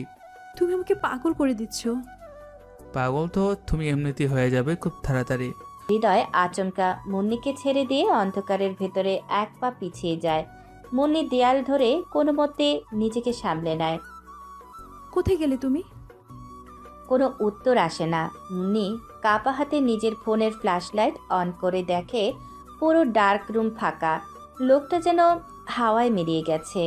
মুন্নির বুকের ভেতর তখনও হাতুড়ির মতো হৃৎপিণ্ড আছড়ে পড়ছে। ডার্করুমের ওই মাতাল করা মুহূর্তের পর পরের দিন সকালে মুন্নি যখন ভার্সিটিতে আসে, তখন তার মাথায় শুধু ওই গম্ভীর গলা আর বন্য ছোঁয়ার স্মৃতিটাই ঘুরপাক খাচ্ছিল। দুপুরবেলা ভার্সিটির ক্যাফেটেরিয়ার পিছনের নির্জন করিডোরে মুন্নির পথ আটকে দাঁড়ায় রিয়াদ। কি খবর মুন্নি? শুনলাম তোর বাবার নাকি সব টাকা গায়েব হয়ে গেছে। তোর তাতে কি রিয়া? আমার তো অনেক কিছুই। তুই তো আমার গার্লফ্রেন্ড, তোর কষ্ট তো আমারই কষ্ট। আমার কোনো কষ্ট নেই, আমি ঠিক আছি। তুই ঠিক আছিস? কাল রাতে তো মদ খেয়ে তোকে ব্যান্ডকুইট হলের মেঝেতে গড়াগড়ি খেতে দেখলাম। তুই আমাকে ফলো করছিলি? আমি তোকে সব সময় ফলো করি। আমার রাস্তা ছাড় রিয়াদ, আমার মেজাজ এমনিতেই গরম। তোর মেজাজ তো আমি ঠিক করে দিতে পারি। কিভাবে? আমি তোর বাবাকে হেল্প করতে পারি। তুই হেল্প করবি? তোর বাবা নিজের অবস্থাই তো এখন খারাপ শুনলাম। আমার বাবা শেয়ার মার্কেট ক্র্যাশ হয়েছে ঠিকই, কিন্তু আন্ডারওয়ার্ল্ডের ব্ল্যাক মানি তো আর শেষ করা হয়নি। তুই কি আমাকে টাকা ধার দিতে চাস? ধার কেন দেব? তুই তো আমার নিজের মানুষ। তাহলে তুই কি চাস আমার কাছে? আজ রাতে বনানীর হোটেলে শেরটারে একটা সুইট বুক করেছি আমি। তো আমি কি করব? তুই আসবি সেখানে, শুধু আজকের রাতটা তুই আমার সাথে কাটাবি। কাল সকালেই তোর বাবার অ্যাকাউন্টে আমি 20 কোটি টাকা ট্রান্সফার করে দেবো। রিয়াদের কথা শুনে মুন্নির চোখ রাগে ফেটে পড়ে। সে কখনো কল্পনাও করতে পারেনি যে রিয়াদ তাকে এতটা নিচে নামাতে পারে। তুই আমাকে পতিতা ভাবিস রিয়াদ? পতিতা কেন ভাববো? আমি তোকে আমার গার্লফ্রেন্ড ভাবি। গার্লফ্রেন্ডকে তুই টাকার বিনিময়ে হোটেলে রাখছিস? অহংকার করিস না মুন্নি। তোর বাবা এখন জেলের ভাত খাওয়ার লাইনে দাঁড়িয়ে আছে, আর এই 20 কোটি টাকা না পেলে তোদের পুরো ফ্যামিলি রাস্তায় নামবে। আমি রাস্তায় বসে ভিক্ষা করব, তাও তোর মতো একটা নোংরা ছেলের বিছানায় যাব না। তোর এই দেমাগ আমি আজ রাতেই ভেঙে দেব। আমার গায়ে হাত দেওয়ার চেষ্টা করবি না রিয়াদ। তোর এই ফকিন্নি মার্কা শরীর ছুঁয়ে আমার কি লাভ? আমি তোকে বাধ্য করবো আমার কাছে আসতে। আমি মরে গেলেও তোর কাছে আসবো না। দেখা যাবে। আজ রাতে 10টা পর্যন্ত তোর টাইম, এরপর কিন্তু তোর বাবাকে পুলিশ তুলে নিয়ে যাবে। মুন্নি রিয়াদের গালে সজোরে একটা চর বসিয়ে দিয়ে সেখান থেকে ছুটে বেরিয়ে যায়। রিয়াদ নিজের গালে হাত দিয়ে একটা শয়তানি হাসি হাসে। অন্যদিকে ইউনিভার্সিটির লাইব্রেরির একটা অন্ধকার কর্নারে বসে নিজের ল্যাপটপে ইউনিভার্সিটির সিসিটিভি ক্যামেরা হ্যাক করে পুরো বিষয়টা লাইভ দেখছিল হৃদয়। মুন্নিকে ওই নোংরা প্রস্তাব দেওয়ার কথা শুনে হৃদয়ের চোয়াল রাগে শক্ত হয়ে ওঠে। তুমি নিজের মৃত্যুর পরোয়ানায় নিজেই সাইন করলে রিয়াদ। হৃদয় তার ল্যাপটপের কিবোর্ডে কয়েকটা কমান্ড রান করে এবং কানে ব্লুটুথ হেডসেটটা লাগিয়ে নেয়। সেদিন গভীর রাতে রিয়াদ একটা পার্টি শেষ করে তার নতুন কেনা কালো রঙের মার্সিডিজ স্মার্ট কার চালিয়ে বনানীর ফাঁকা রাস্তা দিয়ে নিজের বাড়ির দিকে যাচ্ছিল। গাড়ির ভেতরে লাউড মিউজিক বাজছে। বনানী ফ্লাইওভারের মাঝামাঝি আসার পর হঠাৎ করে গাড়ির লাউড মিউজিকটা বন্ধ হয়ে যায় এবং এসিটা অফ হয়ে যায়। কি ব্যাপার, এসি অফ হলো কেন? রিয়াদ ড্যাশবোর্ডের স্ক্রিনটা টাচ করার চেষ্টা করে, কিন্তু স্ক্রিনটা ব্ল্যাঙ্ক হয়ে আছে। হঠাৎ গাড়ির স্পিকার থেকে একটা রোবোটিক আর গম্ভীর ভয়েস ভেসে আসে। System overwrite. কে কে কথা বলছে? গাড়ির 4টে দরজার লক একসাথে খট করে একটা শব্দ করে বন্ধ হয়ে যায়। রিয়াদ ভয় পেয়ে দরজা খোলার চেষ্টা করে, কিন্তু কোনো কাজ হয় না। কি হচ্ছে এসব? দরজা লক হলো কিভাবে? গাড়ির ড্যাশবোর্ডের স্ক্রিনটা হঠাৎ করে লাল হয়ে যায় এবং সেখানে একটা লাল রঙের খুলির চিহ্ন হাসতে শুরু করে। কেমন আছো রিয়াদ? এবার স্পিকার থেকে রোবোটিক ভয়েস নয়, বরং ফ্যান্টমের সে রিয়েল গম্ভীর গলা ভেসে আসে। কে তুমি? আমার গাড়ির সিস্টেমে কিভাবে ঢুকলে? আমি তো সবার সিস্টেমেই ঢুকতে পারি। তুমি কি ফ্যান্টম? বাহ, তুমি তো দেখি অনেক কিছু জানো। তুমি আমার বাবার শেয়ার ক্র্যাশ করিয়েছো, এবার আমার পেছনে কেন লেগেছো? কারণ তুমি এমন একজনের দিকে চোখ তুলেছো যার দিকে তাকানোর অধিকার তোমার নেই। তুমি কার কথা বলছো? মুন্নি। মুন্নি তো আমার গার্লফ্রেন্ড। ও তোমার গার্লফ্রেন্ড ছিল, এখনো আমার প্রোটেকশনে আছে। তুমি কি পাগল হয়ে গেছো? তুমি জানো তুমি কার সাথে গেম খেলছো? আমি গেম খেলি না রিয়াদ, আমি গেম শেষ করি। ফ্যান্টমের কথা শেষ হওয়ার সাথে সাথে মার্সিডিজ গাড়িটার স্পিড অটোমেটিক বাড়তে শুরু করে। 80, 100, 120 কিলোমিটার প্রতি ঘন্টা। গাড়ির স্পিড বাড়ছে কেন? তুমি কি করছো? আমি শুধু তোমার অহংকারের স্পিডটা চেক করছি। ব্রেক কাজ করছে না কেন? গাড়ি থামাও ফ্যান্টম। ব্রেক তো আমি অনেক আগে কেড়ে দিয়েছি। প্লিজ আমাকে মেরো না, আমি মুন্নির ধারে কাছেও যাবো না আর। যে হাত একবার নোংরা হয়ে যায় সেই হাত কেটে ফেলে ভালো। গাড়ির স্পিড এখন 140 ছাড়িয়ে গেছে। রিয়াদ স্টিয়ারিং ধরে পাগলের মতো চিৎকার করতে থাকে। বাঁচাও, কেউ আমাকে বাঁচাও। তোমার চিৎকার কেউ শুনতে পাবে না রিয়াদ। এই গাড়ির সাউন্ড প্রুফ সিস্টেম আমি হ্যাক করে লক করে দিয়েছি। আমি তোমাকে টাকা দেব, তুমি যত টাকা চাও আমি দেব। টাকা দিয়ে কি সব কেনা যায় রিয়াদ? তুমি কি চাও আমার কাছে? আমি তোমার পা দুটো চাই, যে পা দিয়ে তুমি মুন্নির দিকে এগিয়েছিলে। গাড়ির স্পিড 160 কিলোমিটারে পৌঁছে যায়। ফ্লাইওভারের শেষ মাথায় একটা বিশাল কংক্রিটের পিলার। গাড়িটা সোজা সেই পিলারের দিকে ধেয়ে যাচ্ছে। না! এক বিকট শব্দে মার্সিডিজ গাড়িটা গিয়ে সজোরে ধাক্কা মারে সেই পিলারে। গাড়ির সামনের অংশ পুরোপুরি দুমড়ে মুচড়ে যায়। এয়ারব্যাগ খোলে ঠিকই, কিন্তু ড্যাশবোর্ডে আর স্টিয়ারিংয়ে প্রচণ্ড চাপে রিয়াদের দুটো পা চিরতরে পঙ্গু হয়ে যায়। রক্তে ভেসে যায় গাড়ির ভেতরটা।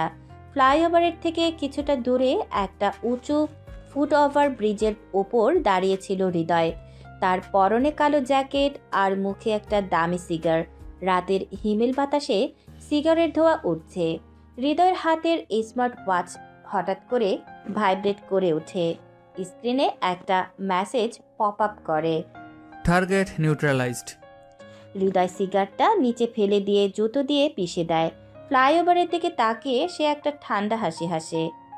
লকার রুমে হকিস্টিকের মারের হিসেবটা আজ মিটিয়ে দিলাম রিয়াদ। এবার তোমার বাবার পালা। হৃদয় ঘুরে দাঁড়িয়ে অন্ধকারের ভেতর ধীর পায়ে হাঁটতে শুরু করে, যেন কিছুই হয়নি। তার এই নীরব পদক্ষেপ শহরের আন্ডারওয়ার্ল্ডে একটা ভয়ঙ্কর সাইবার ঝড়ের সংকেত দিয়ে যায়। বনানী ফ্লাইওভারে রিয়াদের সেই ভয়াবহ দুর্ঘটনার পর ঢাকা শহরের আন্ডারওয়ার্ল্ডের চরম আতঙ্ক ছড়িয়ে পড়ে। পরের দিন সকালে মিন্টো রোডের ডিবি পুলিশের সাইবার ক্রাইম সেলের হেডকোয়ার্টার্সে নিজের কেবিনে বসে চেইন স্মোক করছেন শহরের টপ ইনভেস্টিগেটর ইন্সপেক্টর কবির। রিপোর্টার কি খবর রনি? স্যার, রিয়াদের বাঁচার চান্স 50-50। আর যদি বেঁচেও যায়, ডাক্তার বলেছে ওর দুটো পা সারা জীবনের জন্য প্যারালাইজড। গাড়ির ফরেন্সিক রিপোর্ট কি বলছে? পুরো সিস্টেমটা হ্যাক করা হয়েছিল স্যার। গাড়ির ইউসিসি বা ইঞ্জিন কন্ট্রোল ইউনিটকেও রিমোটলি ওভাররাইড করে স্পিড লিমিট ব্রেক করে দিয়েছিল। এটা কোনো সাধারণ হ্যাকারের কাজ নয় রনি। আমারও তাই মনে হচ্ছে স্যার। কাল রাতে আরমান শিকদারের শেয়ার মার্কেট ক্র্যাশ করা, আর আজ তার সেলের এই অবস্থা। শুধু আরমান শিকদার নয়, জামান শিকদারের সুইচ ব্যাংকের টাকাও কাল গায়েব হয়ে গেছে। কিন্তু স্যার, এই দুটো শিকদার ফ্যামিলির মধ্যে তো কোনো কানেকশন নেই। হ্যাকার দুজনকে একসাথে টার্গেট করেছে কেন? কানেকশন তো একটা আছে রনি। কি কানেকশন স্যার?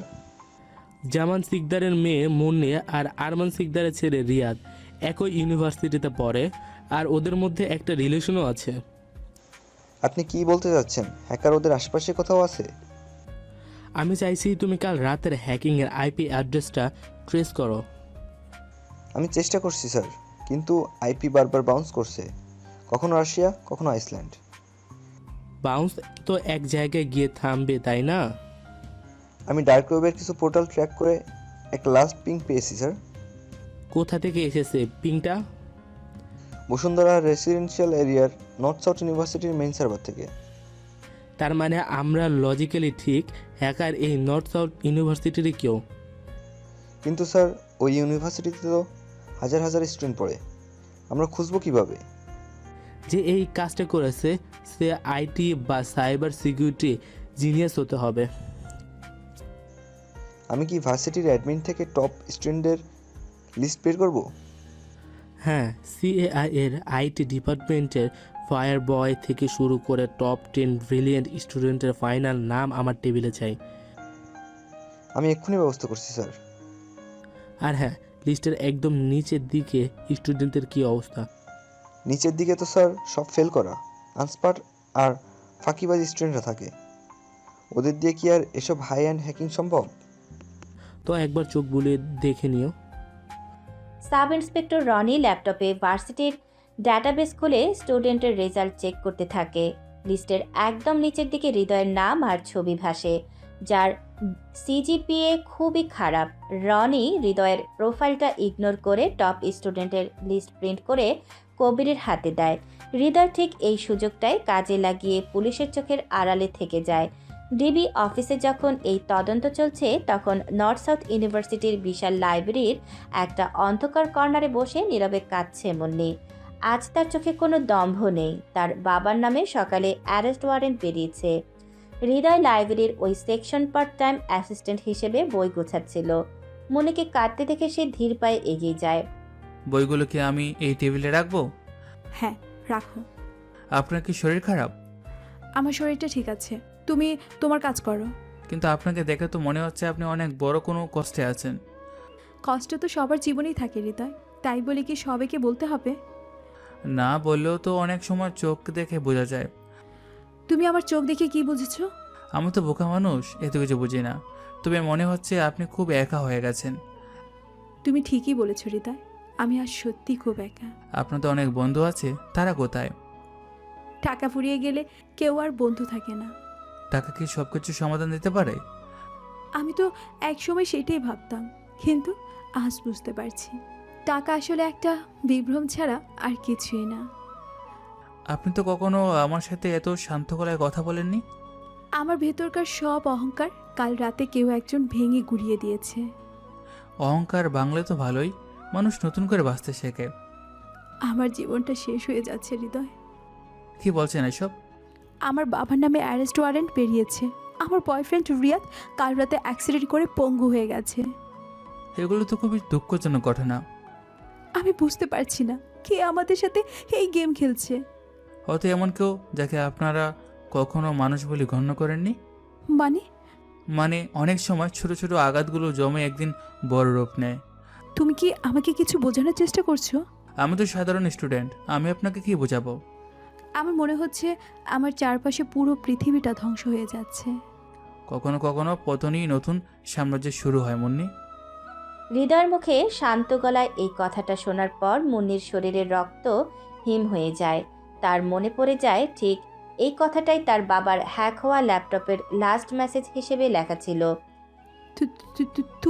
তুমি এইমাত্র কি বললে? কেন? আমি তো শুধু বললাম যে পতনের পরেই নতুন শুরু হয়। তুমি এই লাইনটা কোথা থেকে পেয়েছো? কোন লাইনটা? এই যে বললে পতনই নতুন সাম্রাজ্য শুরু হয়।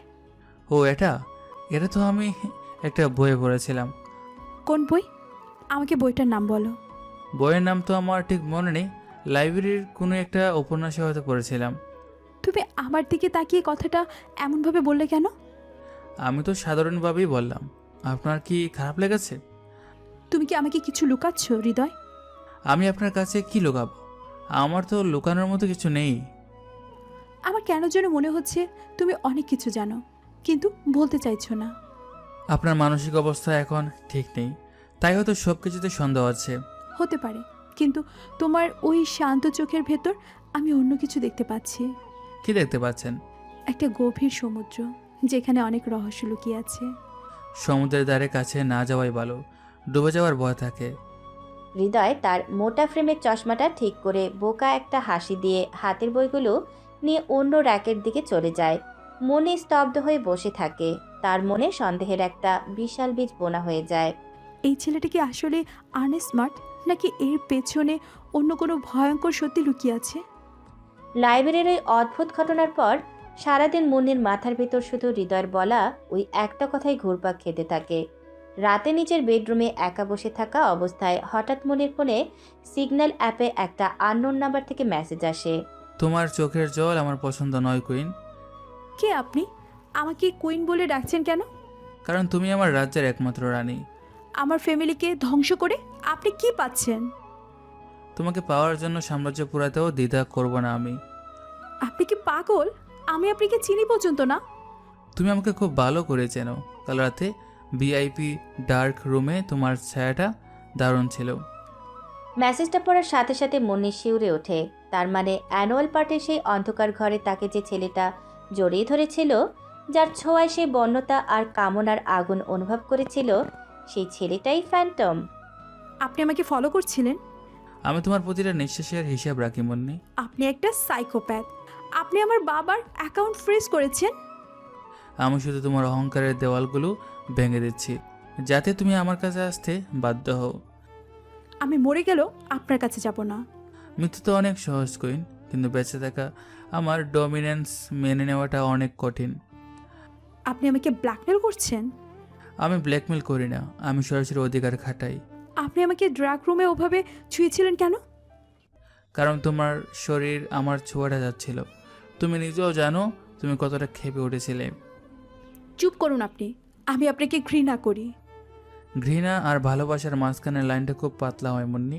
কাল রাতে যখন আমি তোমার উন্মুক্ত পিঠে হাত রেখেছিলাম, তখন তো তুমি আমাকে বাধা দাওনি। আমার নেশা হয়েছিল, আমি বুঝতে পারিনি। নেশা তো আমারও হয়েছিল, তোমার শরীরের ওই উষ্ণতা আমাকে পাগল করে দিয়েছে। আপনি খুব নোংরা কথা বলছেন। সত্যি কথাগুলো সবসময় নোংরাই শোনায়, কিন্তু তুমি অস্বীকার করতে পারবে না এই মুহূর্তে। আমার কথা ভেবে তোমার নিজের শরীরের ভেতরে একটা অদ্ভুত উত্তেজনা কাজ করছে। ফ্যান্টমের এই কথাটা পড়ার পর মুন্নির হাত কাঁপতে শুরু করে। সে বুঝতে পারে না যাকে সে সবচেয়ে বেশি ঘৃণা করছে, যে তার পুরো পরিবারকে পথে বসিয়ে দিয়েছে, তার মেসেজ পড়ার জন্য তার শরীর কেন অদ্ভুত এক উত্তেজনায় কাঁপছে। ডার্করুমের সেই গরম নিঃশ্বাস আর শক্ত হাতের ছোঁয়াটা মনে পড়তে মনের তলপেটে একটা অদ্ভুত শিহরণ খেলে যায়। আপনি আমার সাথে এমন মন মস্তিষ্ক খেলা কেন খেলছেন? কারণ আমি তোমার মন আর শরীর দুটোর উপরই পুরোপুরি কন্ট্রোল চাই। আমি কারো কন্ট্রোলে থাকি না। খুব তাড়াতাড়ি তুমি নিজে এসে আমার কাছে আত্মসমর্পণ করবে। সেটা এই জন্মে হবে না ফ্ল্যান্টম। কাল তোমাদের ভার্সিটির গ্র্যান্ড ফেস্টে দেখা হবে কুইন, রেডি দেখো। এরপর আর ফ্যান্টমের কোনো মেসেজ আসে না। মনে বিছানায় শুয়ে ছটফট করতে থাকে। একদিকে রিয়াদের পঙ্গু হয়ে যাওয়া বাবার অ্যারেস্ট ওয়ারেন্ট, আরেকদিকে ফ্যান্টমের এই ডার্ক এবং সেক্সুয়াল ডোমিনেন্স, সব মিলিয়ে মুন্নির অহংকারী পৃথিবীটা পুরোপুরি টালমাটাল হয়ে যায়। এই ঘটনার ঠিক 3 দিন পর নর্থ সাউথ ইউনিভার্সিটির বিশাল গ্রাউন্ডে অ্যানুয়াল ফেস্টের আয়োজন করা হয়েছে। হাজার হাজার স্টুডেন্ট, দেশের নামি দামি মিডিয়া আর পুলিশ প্রোটেকশনে পুরো ক্যাম্পাস সরগরম। ফেস্টের মঞ্চে বড় বড় LED স্ক্রিন লাগানো।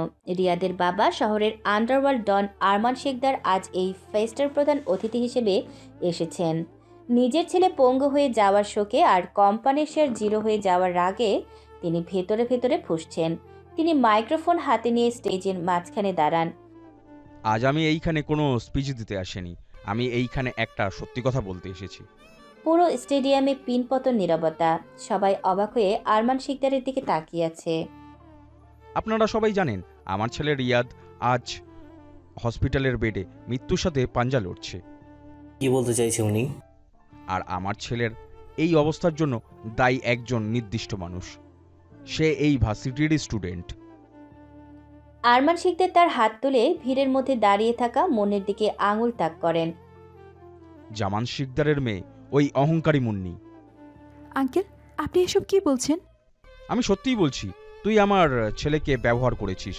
তোর বাবার ইল্লিগাল কাজগুলো ঢাকার জন্য তুই রিয়াদকে ঢাল বানিয়েছিলিস।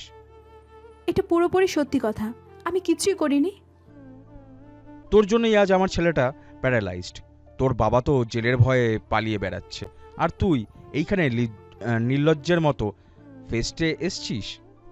ভিড়ের মধ্যে দাঁড়িয়ে থাকা হাজার হাজার স্টুডেন্ট মুন্নিকে নিয়ে হাসাহাসি শুরু করে। কেউ কেউ মোবাইল বের করে ভিডিও করা শুরু করে। মুন্নি অপমানে আর লজ্জায় স্টেজের নিচে দাঁড়িয়ে দুহাত মুখ থেকে কাঁদতে থাকে। তোদের পুরো ফ্যামিলি একটা চিটার। আমি জামান শিকদার, আর তোকে এই শহরের রাস্তার ভিক্ষা করাবো। আমার নাম আরমান শিকদার। আরমান শিকদারের কথা শেষ হওয়ার আগে হঠাৎ করে পুরো স্টেডিয়ামের মেন পাওয়ার সাপ্লাই বন্ধ হয়ে যায়। ঘুটঘুটে অন্ধকারে ঢেকে যায় পুরো মাঠ। কি হলো, কারেন্ট চলে গেল কেন? সবার মধ্যে একটা আতঙ্ক আর হইচই শুরু হয়ে যায়। ঠিক তখনই স্টেজের পিছনের বিশাল LED স্ক্রিনগুলো একটা বিকট সাউন্ড করে জ্বলে ওঠে। স্ক্রিনের পুরো ব্যাকগ্রাউন্ড গাঢ় লাল রঙের। লাল স্ক্রিনের ঠিক মাঝখানে একটা 3D অ্যানিমেটেড কালো মাস্ক পরা মুখ ভেসে ওঠে। কে রে তুই? স্ক্রিনে এসব কি চলছে? স্টেডিয়ামের বিশাল সাউন্ড সিস্টেমে একটা যান্ত্রিক গম্ভীর অথচ রয়্যাল ভয়েস গমগম করে ওঠে। Munni is under my production. গলাটা শোনার সাথে সাথে মুন্নির কান্না থেমে যায়। সে ভিড়ের মধ্যে দাঁড়িয়ে অবাক হয়ে স্ক্রিনের দিকে তাকায়। যে তার দিকে আঙ্গুল তুলবে আমি তার হাত নয়, তার অস্তিত্ব মুছে দেব। তুই ফ্যান্টম, তাই না? তুই আমার ছেলের জীবন নষ্ট করেছিস। সামনে আয়, কাপুরুষের মতো লুকিয়ে না থেকে। আমি তো তোমার সামনে আছি আরমান, তোমার ধ্বংসের সময় শেষ হয়ে এসেছে। সবার চোখের সামনে লাইভ স্ক্রিনে আরমান শিকদারের সুইস ব্যাংক এবং অফশোর অ্যাকাউন্টের ডিটেলস ভেসে ওঠে। তোমার ছেলের অহংকার আমি ভেঙেছি, এবার তোমার ক্ষমতার পালা। লাইভ স্ক্রিনে দেখা যায় আরমান শিকদারের বাকি থাকা সমস্ত লিগ্যাল আর ইলিগ্যাল অ্যাকাউন্ট থেকে ফান্ড ট্রান্সফার শুরু হয়েছে। ব্যালেন্স শূন্য হতে শুরু করে চোখের পলকে। না, এটা হতে পারে না। আমার টাকা। তোমার সব টাকা এখন সঠিক জায়গায় যাচ্ছে। স্ক্রিনে এবার মুন্নির বাবা জামান শিকদারের অ্যাকাউন্টের ইনফরমেশন ভেসে ওঠে। Transfer successful. জামান শিকদারের অ্যাকাউন্টে $1 বিলিয়ন অর্থাৎ বাংলাদেশি টাকায় প্রায় 8,000 কোটি টাকা জমা হয়ে গেছে। তুই আমার টাকা জামানকে দিয়ে দিলি? আমি তোকে খুন করে ফেলবো ফ্যান্টম। খুন করার জন্য তোমার নিজের তো আগে বাঁচতে হবে আরমান। তোমার আর্মস ডিলিংসের সব ডেটা ডিবি পুলিশের কাছে পৌঁছে গেছে। তোমার চারপাশে এখন পুলিশ শুধু। স্টেডিয়ামের বাইরে থেকে অসংখ্য পুলিশের সাইরেনের শব্দ শোনা যেতে থাকে। আরমান শিকদার ভয়ে স্টেজ থেকে দৌড়ে পালানোর চেষ্টা করে, কিন্তু ডিবি পুলিশের স্পেশাল ফোর্স ততক্ষণে তাকে চারদিক থেকে ঘিরে ফেলে। পুরো স্টেডিয়ামে তখন পিনপতন নীরবতা। হাজার হাজার স্টুডেন্ট স্তব্ধ হয়ে স্ক্রিনের দিকে তাকিয়ে আছে। কেউ বিশ্বাস করতে পারছে না চোখের সামনে এত বড় একটা হ্যাকিং আর ক্ষমতার হাতবদল হয়ে গেল। মনি ভিড়ের মধ্যে দাঁড়িয়ে কাঁপছে। তার বাবার অ্যারেস্ট ওয়ারেন্ট এখন ক্যান্সেল হয়ে যাবে, কারণ ফ্যান্টম $1 বিলিয়ন দিয়ে তাকে বাঁচিয়ে দিয়েছে। কিন্তু কেন ফ্যান্টম কেন মুন্নির জন্য এত বড় রিস্ক নিল? এর উত্তর এখনো অজানা। ঠিক তখনই ভিড়ের অন্ধকারের মধ্যে মুন্নির একদম পেছনে দাঁড়িয়ে আছে হৃদয়। তার চোখে সেই মোটা ফ্রেমের চশমা। কাঁপে কাঁপে ভান করে সে চারদিকে তাকাচ্ছে, যেন সে খুব ভয় পেয়ে গেছে। মুন্নি, এখন তো খুব ভয়ঙ্কর কিছু হতে যাচ্ছে, চলেন আমরা চলে যাই। তুমি এখানে কখন এলে হৃদয়? আমি তো অনেকক্ষণ দৌড়িয়েছিলাম, আমার খুব ভয় করছে। হৃদয় মুখে ভয়ের কথা বললেও তার ডান হাতটা প্যান্টের পকেটের ভেতর লুকানো, আর পকেটের ভেতরে থাকা ছোট হাইটেক হ্যাকিং ডিভাইসের এন্টার বাটনে তার আঙুলটা স্থির হয়ে আছে।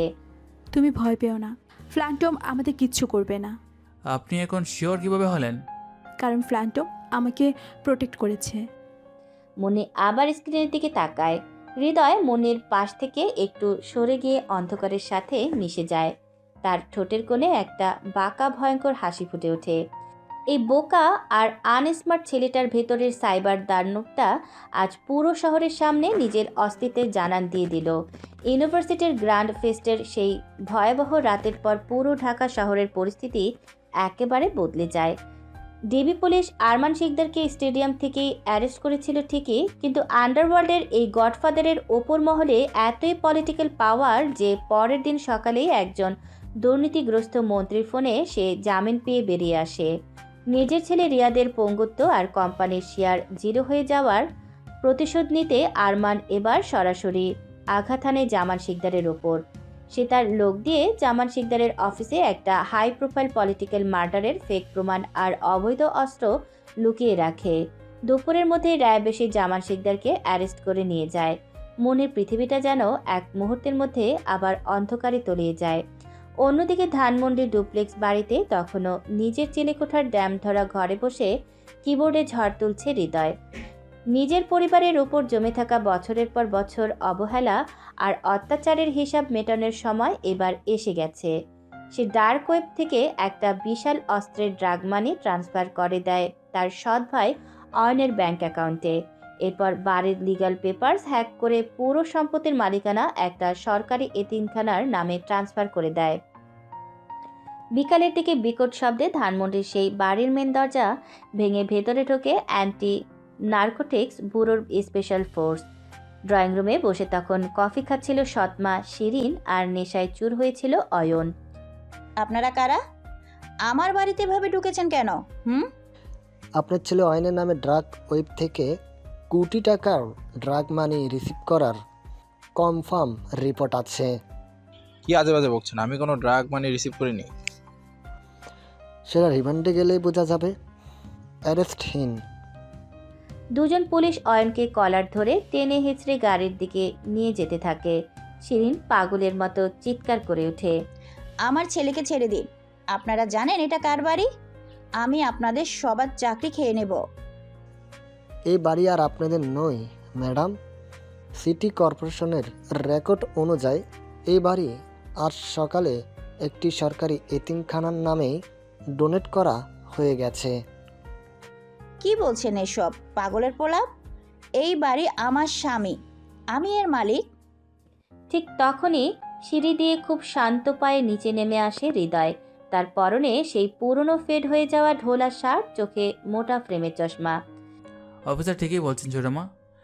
হৃদয়, তুই পুলিশকে কিছু বলছিস না কেন? ওরা অয়নকে নিয়ে যাচ্ছে। আমি তো শুধু সত্যিটা জানি ছোটমা। অয়ন তো অনেকদিন ধরেই নেশা করতো, এবার হয়তো বড় কোনো ড্রাগ ডিলিংয়ে জড়িয়ে পড়েছে। তুই মিথ্যে বলছিস। আর এই বাড়ির মালিকানা এতিমখানার নামে কে দিল? বাবা হয়তো বুঝতে পেরেছিলেন যে এই বাড়িতে একদিন কোনো অহংকার টিকবে না, তাই হয়তো উনি কোনো ব্যবস্থা করে গিয়েছিলেন। তুই আমার সাথে নাটক করছিস হারামজাদা। আমি তোকে আজই মেরে ফেলবো। শিরিন রাগে অন্ধ হয়ে হৃদয়ের দিকে তেড়ে যেতে নিলে পুলিশের একজন মহিলা কনস্টেবল তাকে ধাক্কা দিয়ে সরিয়ে দেয়। ম্যাডাম, আপনি যদি সরকারি কাজে বাধা দেন তাহলে আপনাকেই আমরা অ্যারেস্ট করতে বাধ্য হব। আপনারা আজ রাতের মধ্যে এই বাড়ি খালি করে দিবেন। কাল সকালে এতিমখানার লোক এসে পজিশন নেবে। পুলিশ অয়নকে নিয়ে বেরিয়ে যায়। বিশাল ড্রয়িং রুমের মাঝখানে শিরিন ফ্লোরে বসে ডুকরে কাটতে থাকে। যে অহংকারের জোরে সে হৃদয়কে 1 কাপ গরম চা ছড়ে মেরেছিল, আজ সেই অহংকার ধুলে মিশে গেছে। হৃদয় খুব শান্তভাবে শিরিনের দিকে একবার তাকিয়ে তার কাঁধের পুরনো ব্যাগটা নিয়ে মেন দরজা দিয়ে বেরিয়ে যায়। তার চোখে কোনো মায়া নেই, শুধু একটা শীতল প্রতিশোধের তৃপ্তি। সন্ধ্যা গড়িয়ে রাত নেমে আসে ঢাকা শহরে। মুন্নি তার গুলশানের ফাঁকা বাড়িতে একা বসে অঝরে কাটছে। বাবার অ্যারেস্ট হওয়ার খবর টিভিতে ব্রেকিং নিউজ হিসেবে দেখাচ্ছে। আরমান শিকদার পুরো মিডিয়া কিনে নিয়েছে। ঠিক তখনই মুন্নির ফোনে সিগন্যাল অ্যাপে ফ্যান্টমের একটা মেসেজ আসে। তোমার বাবাকে বাঁচানোর প্রমাণ আমার কাছে আছে কুইন। আপনি কে? কেন আমার সাথে এমন করছেন? আমার বাবাকে বাঁচান প্লিজ। আমি তো তোমাকে বাঁচাতে চাই মুন্নি। আজ রাত 10টা শহরের সবচেয়ে অভিজাত ব্ল্যাক লুডাস পেন্ট হাউসে চলে এসো, একা আসবে। আমি এত রাতে আপনার কাছে যাব কেন? তোমার বাবার জীবনের দাম যদি তোমার কাছে কিছু থেকে থাকে তবে তুমি আসবে। আর হ্যাঁ, পার্সেলের পাঠানো কালো ব্যাকলেস ড্রেসটা পরে আসবে। যদি আমার ডিল মানতে পারো তোমার বাবা কাল সকালেই মুক্তি পাবে। মনে বুঝতে পারে তাকে ব্ল্যাকমেল করা হচ্ছে, কিন্তু বাবার জীবনের জন্য সে এই চরম ফাঁদে পা দিতে বাধ্য হয়। রাত ঠিক 10টায় সে বনানীর ব্ল্যাক লোটাস পেন্ট হাউসের সামনে এসে পৌঁছায়। পার্সেল করে পাঠানো সেই থাই স্লিকড কালো ব্যাকলেস গাউনটা তার পরনে। পেন্ট হাউসের মেন দরজা অটোমেটিক খুলে যায়। বিশাল পেন্ট হাউসের ভেতরটা হালকা নীল আলোয় ঢাকা। ব্যাকগ্রাউন্ডে খুব সফট একটা জ্যাজ মিউজিক বাজছে। মুন্নি ভয়ে ভয়ে ভেতরে ঢোকে। তার ধারণা ফ্যান্টম হয়তো কোনো কুৎসিত বয়স্ক আন্ডারওয়ার্ল্ড ডন। কেউ আছেন এখানে? হঠাৎ হিডেন স্পিকার থেকে ফ্যান্টমের সেই পরিচিত রবোটিক কিন্তু সেক্সি ব্যারিটন ভয়েস ভেসে আসে। টেবিলের উপর রাখা ওয়াইনটা খেয়ে নাও কুইন, তোমার স্নায়ু শান্ত হওয়ার প্রয়োজন। আমি এখানে ওয়াইন খেতে আসিনি, আপনি প্রমাণটা দিন আমাকে। প্রমাণ তো আমি দেবই, কিন্তু তার আগে তোমায় আমার কাছে আসতে হবে। বেডরুমের দিকে এগিয়ে এসো। মনে কাপা হাতে টেবিল থেকে ওয়াইনের গ্লাস নিয়ে এক চুমুক খেয়ে নেয় এবং ধীর পায়ে বিশাল বেডরুমে ঢোকে। ঘরের একদিকের পুরো দেয়ালটা কাচের, যেখান থেকে গোটা ঢাকা শহরের নিয়ন আলো দেখা যায়। ঘরের মাঝখানে অন্ধকারে একজন পুরুষ দাঁড়িয়ে আছে। চওড়া কাঁধ, ফিটনেস মডেলদের মতো শরীর, পরনে কালো শার্ট আর ওপরের 3টে বোতাম খোলা। প্রমাণ দিন, আপনি যা চাইবেন আমি তাই করব। লোকটা ধীরে ধীরে ঘুরে দাঁড়ায় এবং জানলার বাইরের চাঁদের আলো তার মুখের ওপর এসে পড়ে। মনের চোখ বিস্ফোরিত হয়ে যায়। বুকের ভেতরটা যেন এক মুহূর্তের জন্য থেমে যায়। হৃদয়, তুমি এখানে কি করছো? ফ্ল্যান্টম কোথায়? আমি যা চাইবো তুমি কি সত্যি তাই করবে মুন্নি? হৃদয়ের গলার স্বরটা এবার রবোটিক নয়, একদম ন্যাচারাল, কিন্তু সেই গলার ভেতরে লুকিয়ে থাকা গাম্ভীর্য আর দম্ভমণিকে স্তব্ধ করে দেয়। তোমার গলা, তুমি তো ফ্ল্যান্টম নও। ফ্ল্যান্টমের গলা তো অন্যরকম। ভয়েস মডিউলেটর সফটওয়্যার দিয়ে গলা চেঞ্জ করা খুব সাধারণ একটা হ্যাকিং ট্রিক্স কুইন। না, এটা হতে পারে না। তুমি ফ্ল্যান্টম। তুমি তো একটা আনস্মার্ট ফেল করা খ্যাত ছেলে। ফ্যান্টম কোনো ভূত নয় মুন্নি, সেন্ট জেভিয়ার্সের অবহেলিত জংদরা লোহাটাই আন্ডারওয়ার্ল্ডের হ্যাকার কিং। তুমি আমার সাথে এই নোংরা গেম খেলছো। তুমি আমার বাবাকে পথে বসিয়েছো। মুন্নি রাগে অন্ধ হয়ে এগিয়ে গিয়ে হৃদয়কে সজোরে একটা চর মারতে হাত তোলে, কিন্তু হৃদয় এক ঝটকায় মুন্নির হাত দুটো ধরে ফেলে এবং তাকে কাচের দেয়ালের সাথে শক্ত করে চেপে ধরে। হৃদয়ের পেশিবহুল শক্ত শরীরের চাপে মুন্নি 1 ইঞ্চিও নড়তে পারে না। তোমার এই অহংকারটাই আমাকে পাগল করে মুন্নি। ছাড়ো আমাকে, আমি পুলিশকে সব জানিয়ে দেব। পুলিশকে তুমি কি জানাবে? যে ফ্যান্টম তোমার বয়ফ্রেন্ডের পঙ্গু হওয়ার প্রতিশোধ নিয়েছে, নাকি ফ্যান্টম তোমার বাবার অ্যাকাউন্টে 8,000 কোটি টাকা ট্রান্সফার করেছে? তুমি আমার বাবাকে টাকা দিয়েছো কেন? তুমি তো আমাদের ধ্বংস করতে চেয়েছিলে। আমি তোমাকে ধ্বংস করতে চাইনি, আমি শুধু তোমার ওই মিথ্যে অহংকারের খোলসটা ভাঙতে চেয়েছিলাম। কে তুমি হৃদয়? তোমার আসল উদ্দেশ্য কি? আমার আসল উদ্দেশ্য আরমান শিকদার। আজ থেকে 12 বছর আগে তোমার এই পঙ্গু বয়ফ্রেন্ডের বাবা আরমান শিকদার টাকার লোভে আমার মাকে খুন করেছিল। কি বলছো তুমি এসব? আমার সৎ মা শিরিন আরমানকে সুপারি দিয়েছিল। আমার চোখের সামনে আমার মাকে ওরা গুলি করে মেরেছিল। সেই জ্বরের রাতে রক্তাক্ত আমাকে ওরা বাড়ি থেকে রাস্তায় ছুঁড়ে ফেলে দিয়েছিল। আমি আমি তো এসব কিছুই জানতাম না হৃদয়। কিন্তু তুমি আমাকে চিনতে মুন্নি। সেই বৃষ্টির রাতে তুমি তোমার বাবার গাড়িতে করে যাচ্ছিলে। তুমি গাড়ি থেকে নেমে আমার মাথার উপর তোমার এই ছোট্ট হ্যালো কিটির সাথেটা ধরেছিলে। হৃদয়ের কথা শুনে মুন্নির চোখের সামনে 12 বছর আগের সেই বৃষ্টির রাতের অস্পষ্ট স্মৃতিটা ভেসে ওঠে। একটা রক্তাক্ত ছোট ছেলে যাকে সে নিজের রুমাল দিয়ে রক্ত মুছে দিয়েছিল। তুমি তুমি সেই ছেলেটা? হ্যাঁ, সে ছোট্ট হৃদয়। কিন্তু সময়ের সাথে সাথে তুমি পাল্টে গেছো মুন্নি। তোমার বাবার টাকার দম্ভ তোমার ভেতরে সেই সুন্দর মানুষটাকে মেরে ফেলেছিল। আমি শুধু সেই পুরনো মুন্নিকে ফিরিয়ে আনতে চেয়েছিলাম। তুমি আমাকে ব্ল্যাকমেল করছো? তুমি আমার সাথে ড্রাগ রুমে? আমি তোমাকে বাধ্য করেছিলাম আমার কাছে আসতে, কারণ তুমি সোজা পথে কখনো আমার এই ভালোবাসাটা বুঝতে পারতে না। হৃদয় মুন্নির একদম কাছে চলে আসে। তার গরম নিঃশ্বাস পড়ছে মুন্নির মুখে। মুন্নির চোখ বেয়ে জল গড়িয়ে পড়ছে, কিন্তু সেই জলে এখন আর কোনো রাগ নেই, আছে এক অদ্ভুত আত্মসমর্পণ। তুমি একটা পাগল হৃদয়। তোমার জন্য তো আমি দুনিয়ায় জ্বালিয়ে দিতে পারি। হৃদয় ফিসফিস করে মুন্নির কানের লতিতে ঠোঁট ছোঁয়ায়। মুন্নির শরীর একটা প্রবল শিহরণে কেঁপে ওঠে। হৃদয়ের হাত মুন্নির কালো গাউনের স্ট্র্যাপটা আলতো করে কাঁধ থেকে নামিয়ে দেয়। মুন্নির ফর্সা উন্মুক্ত কাঁধে হৃদয়ের গরম ঠোঁটের স্পর্শ পড়তেই মুন্নির চোখ বুজে আসে।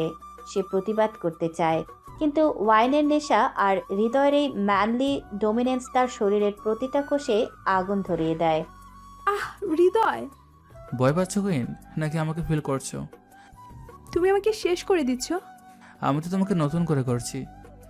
হৃদয়ের হাত মুন্নির সরু কোমর থেকে ক্রমশ নিচের দিকে নামতে থাকে। থাই স্লিট গাউনের ফাঁক দিয়ে হৃদয়ের শক্ত আঙুল মুন্নির অনাবৃত উরুতে স্পর্শ করে। মুন্নি একটা অস্ফুট গোঙানির শব্দ করে হৃদয়ের শার্টের কলার খামচে ধরে। হৃদয় মুন্নির ঠোঁটে গভীরভাবে চুমন করে। এটি কোনো সাধারণ চুমন ছিল না, এতে ছিল বছরের পর বছর জমে থাকা ক্ষোভ, পাগলামি আর তীব্র ভালোবাসা। মুন্নির সমস্ত দম্ভ অহংকার ওই এক চুমনেই চুরমার হয়ে যায়। সে আর নিজেকে আটকে রাখতে পারে না। সেও হৃদয়ের চুলে হাত ঢুকিয়ে তাকে পাল্টা চুমন করতে শুরু করে। পেন্ট হাউসের বিশাল বেডরুমে নীল আলোয় নিচে দুটি শরীর মিলেমিশে একাকার হয়ে যায়। হৃদয়ের প্রতিটি স্পর্শ ছিল একদিকে যেমন বন্য ও ডমিনেটিং, অন্যদিকে ছিল ততটাই ভালোবাসায় পরিপূর্ণ। মনে বুঝতে পারে এই খ্যাত আনস্মার্ট ছেলেটার ভেতরে এমন এক পুরুষ লুকিয়ে আছে যার কাছে আত্মসমর্পণ করাটাই পৃথিবীর সবচেয়ে বড় তৃপ্তি। রাত পেরিয়ে সকালের নরম আলো এসে পরে পেন্ট হাউসের বেডরুমে। মনে চোখ খুলে দেখে সে হৃদয়ের চওড়া বুকে মাথা রেখে শুয়ে আছে। তার মনে আজ আর কোনো দম্ভ বা ভয় নেই, আছে শুধু একরাশ মুগ্ধতা। হৃদয় একটা ছোট পেন ড্রাইভ মুন্নির হাতে ধরিয়ে দেয়। এতে আরমান শিকদারের ফেক প্রমাণ বানানোর কল রেকর্ড আর ভিডিও ফুটেজ আছে। এটা পুলিশকে দিলে তোমার বাবা আজ রিলিজ পেয়ে যাবে। আর তুমি কোথায় যাচ্ছ হৃদয়? আমার শেষ খেলার সময় হয়ে এসেছে কুইন। হৃদয় মুন্নির কপালে একটা চুমুকে নিজের ল্যাপটপ নিয়ে বেরিয়ে যায়।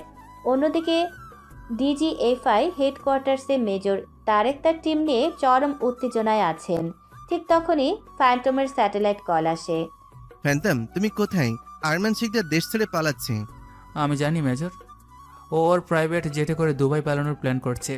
আমরা এয়ারপোর্টে ফোর্স পাঠিয়েছি, কিন্তু ও অলরেডি রানওয়ে ক্লিয়ারেন্স নিয়ে নিয়েছে। কিন্তু করবে না মেজর, ওর জেটের কন্ট্রোল এখন আমার হাতে। শাহজালাল আন্তর্জাতিক বিমানবন্দর থেকে আরমান শিকদারের প্রাইভেট জেট আকাশে ওড়ার 15 মিনিট পর হঠাৎ করে জেটের সব কন্ট্রোল প্যানেল কাজ করা বন্ধ করে দেয়। মাটি থেকে 25,000 ফুট উপরে থাকা অবস্থায় ড্যাশবোর্ডের স্ক্রিনে একটা লাল খুলি ফুটে ওঠে। কি হচ্ছে এইসব? প্লেন কাঁপছে কেন? স্যার, কেউ আমাদের জেটের অটো পাইলট সিস্টেম হ্যাক করে নিয়েছে। আমরা প্লেনের কন্ট্রোল হারিয়ে ফেলেছি। ঠিক তখন প্লেনের স্পিকারে হৃদয়ের সেই গম্ভীর গলা ভেসে আসে। Hello mister Arman Sikdar. Phantom, তুই প্লেনের সিস্টেমে কিভাবে ঢুকলি? আমি তোকে কোটি কোটি টাকা দেবো প্লেনটা দুবাইয়ে ল্যান্ড করা। 12 বছর আগের সেই বৃষ্টির রাতের কথা মনে আছে আরমান? একটা অসহায় মেয়েকে তুমি টাকার জন্য গুলি করে মেরেছিলি। তুই কে? তুই ওই সিরিনের সত্যিনটার ছেলে? তুই বেঁচে আছিস? আমার মায়ের রক্তের দাম তোমাকেও চুকাতে হবে আরমান। তোমার ডেস্টিনেশন দুবাই নয়, আজ তোমার ডেস্টিনেশন জাহান্নাম। হৃদয় তার ল্যাপটপ থেকে একটা কমান্ড দেয়। আকাশে উঠতে থাকা প্রাইভেট জেটটি মাঝপথে ইউটার্ন নিয়ে ঘুরে যায় এবং শহরের বাইরে বাংলাদেশ আর্মির সাভারের একটি গোপন এয়ারবেসে ইমার্জেন্সি ল্যান্ডিং করতে বাধ্য হয়। প্লেন থামতেই চারদিক থেকে শোয়ে শোয়ে স্পেশাল কমান্ডো আর ডিজিএফআই এর স্পেশাল ফোর্স আরমান শিকদারকে ঘিরে ফেলে। মেজর তারেক নিজে এগিয়ে এসে আরমান শিকদারের হাতে হাতকড়া পরান। ফ্যান্টম আগেই আরমানের পুরো আর্মস ডিলিংয়ের ডাটাবেসে মেজর তারেককে পাঠিয়ে দিয়েছিল।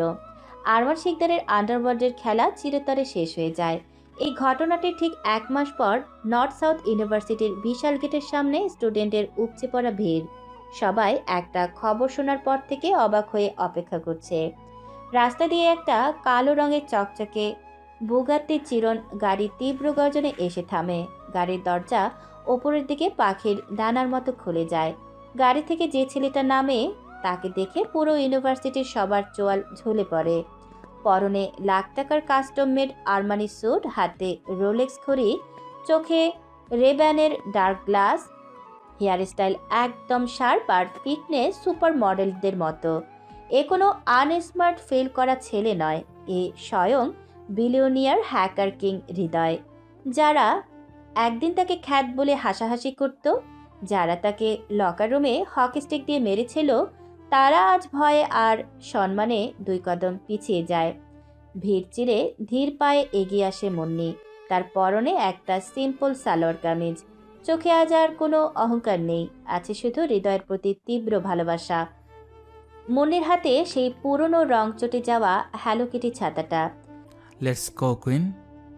হৃদয় তার ডার্ক গ্লাসটা খুলে মুন্নির দিকে তাকিয়ে সেই পরিচিত বাঁকা আর ডোমিনেটিং হাসিটা দেয়। তুমি এত দেরি করলে কেন আমার রাজা? মুন্নি দৌড়ে এসে সবার সামনে হৃদয়কে শক্ত করে জড়িয়ে ধরে। হৃদয় মুন্নিকে পরম আদরে তার গাড়িতে বসায়। কালো বুগাত্তি গাড়িটা তীব্র গর্জনে স্টার্ট নিয়ে সেকেন্ডের মধ্যে চোখের আড়াল হয়ে যায়। পেছনে পড়ে থাকে শুধু অবহেলিত এক সাধারণ ছেলের কিংবদন্তি হয়ে ওঠার গল্প, যে ধুলো থেকে উঠে এসে আন্ডারওয়ার্ল্ডের হিরে হয়ে পুরো শহরকে নিজের পায়ের নিচে এনে দাঁড় করিয়েছে।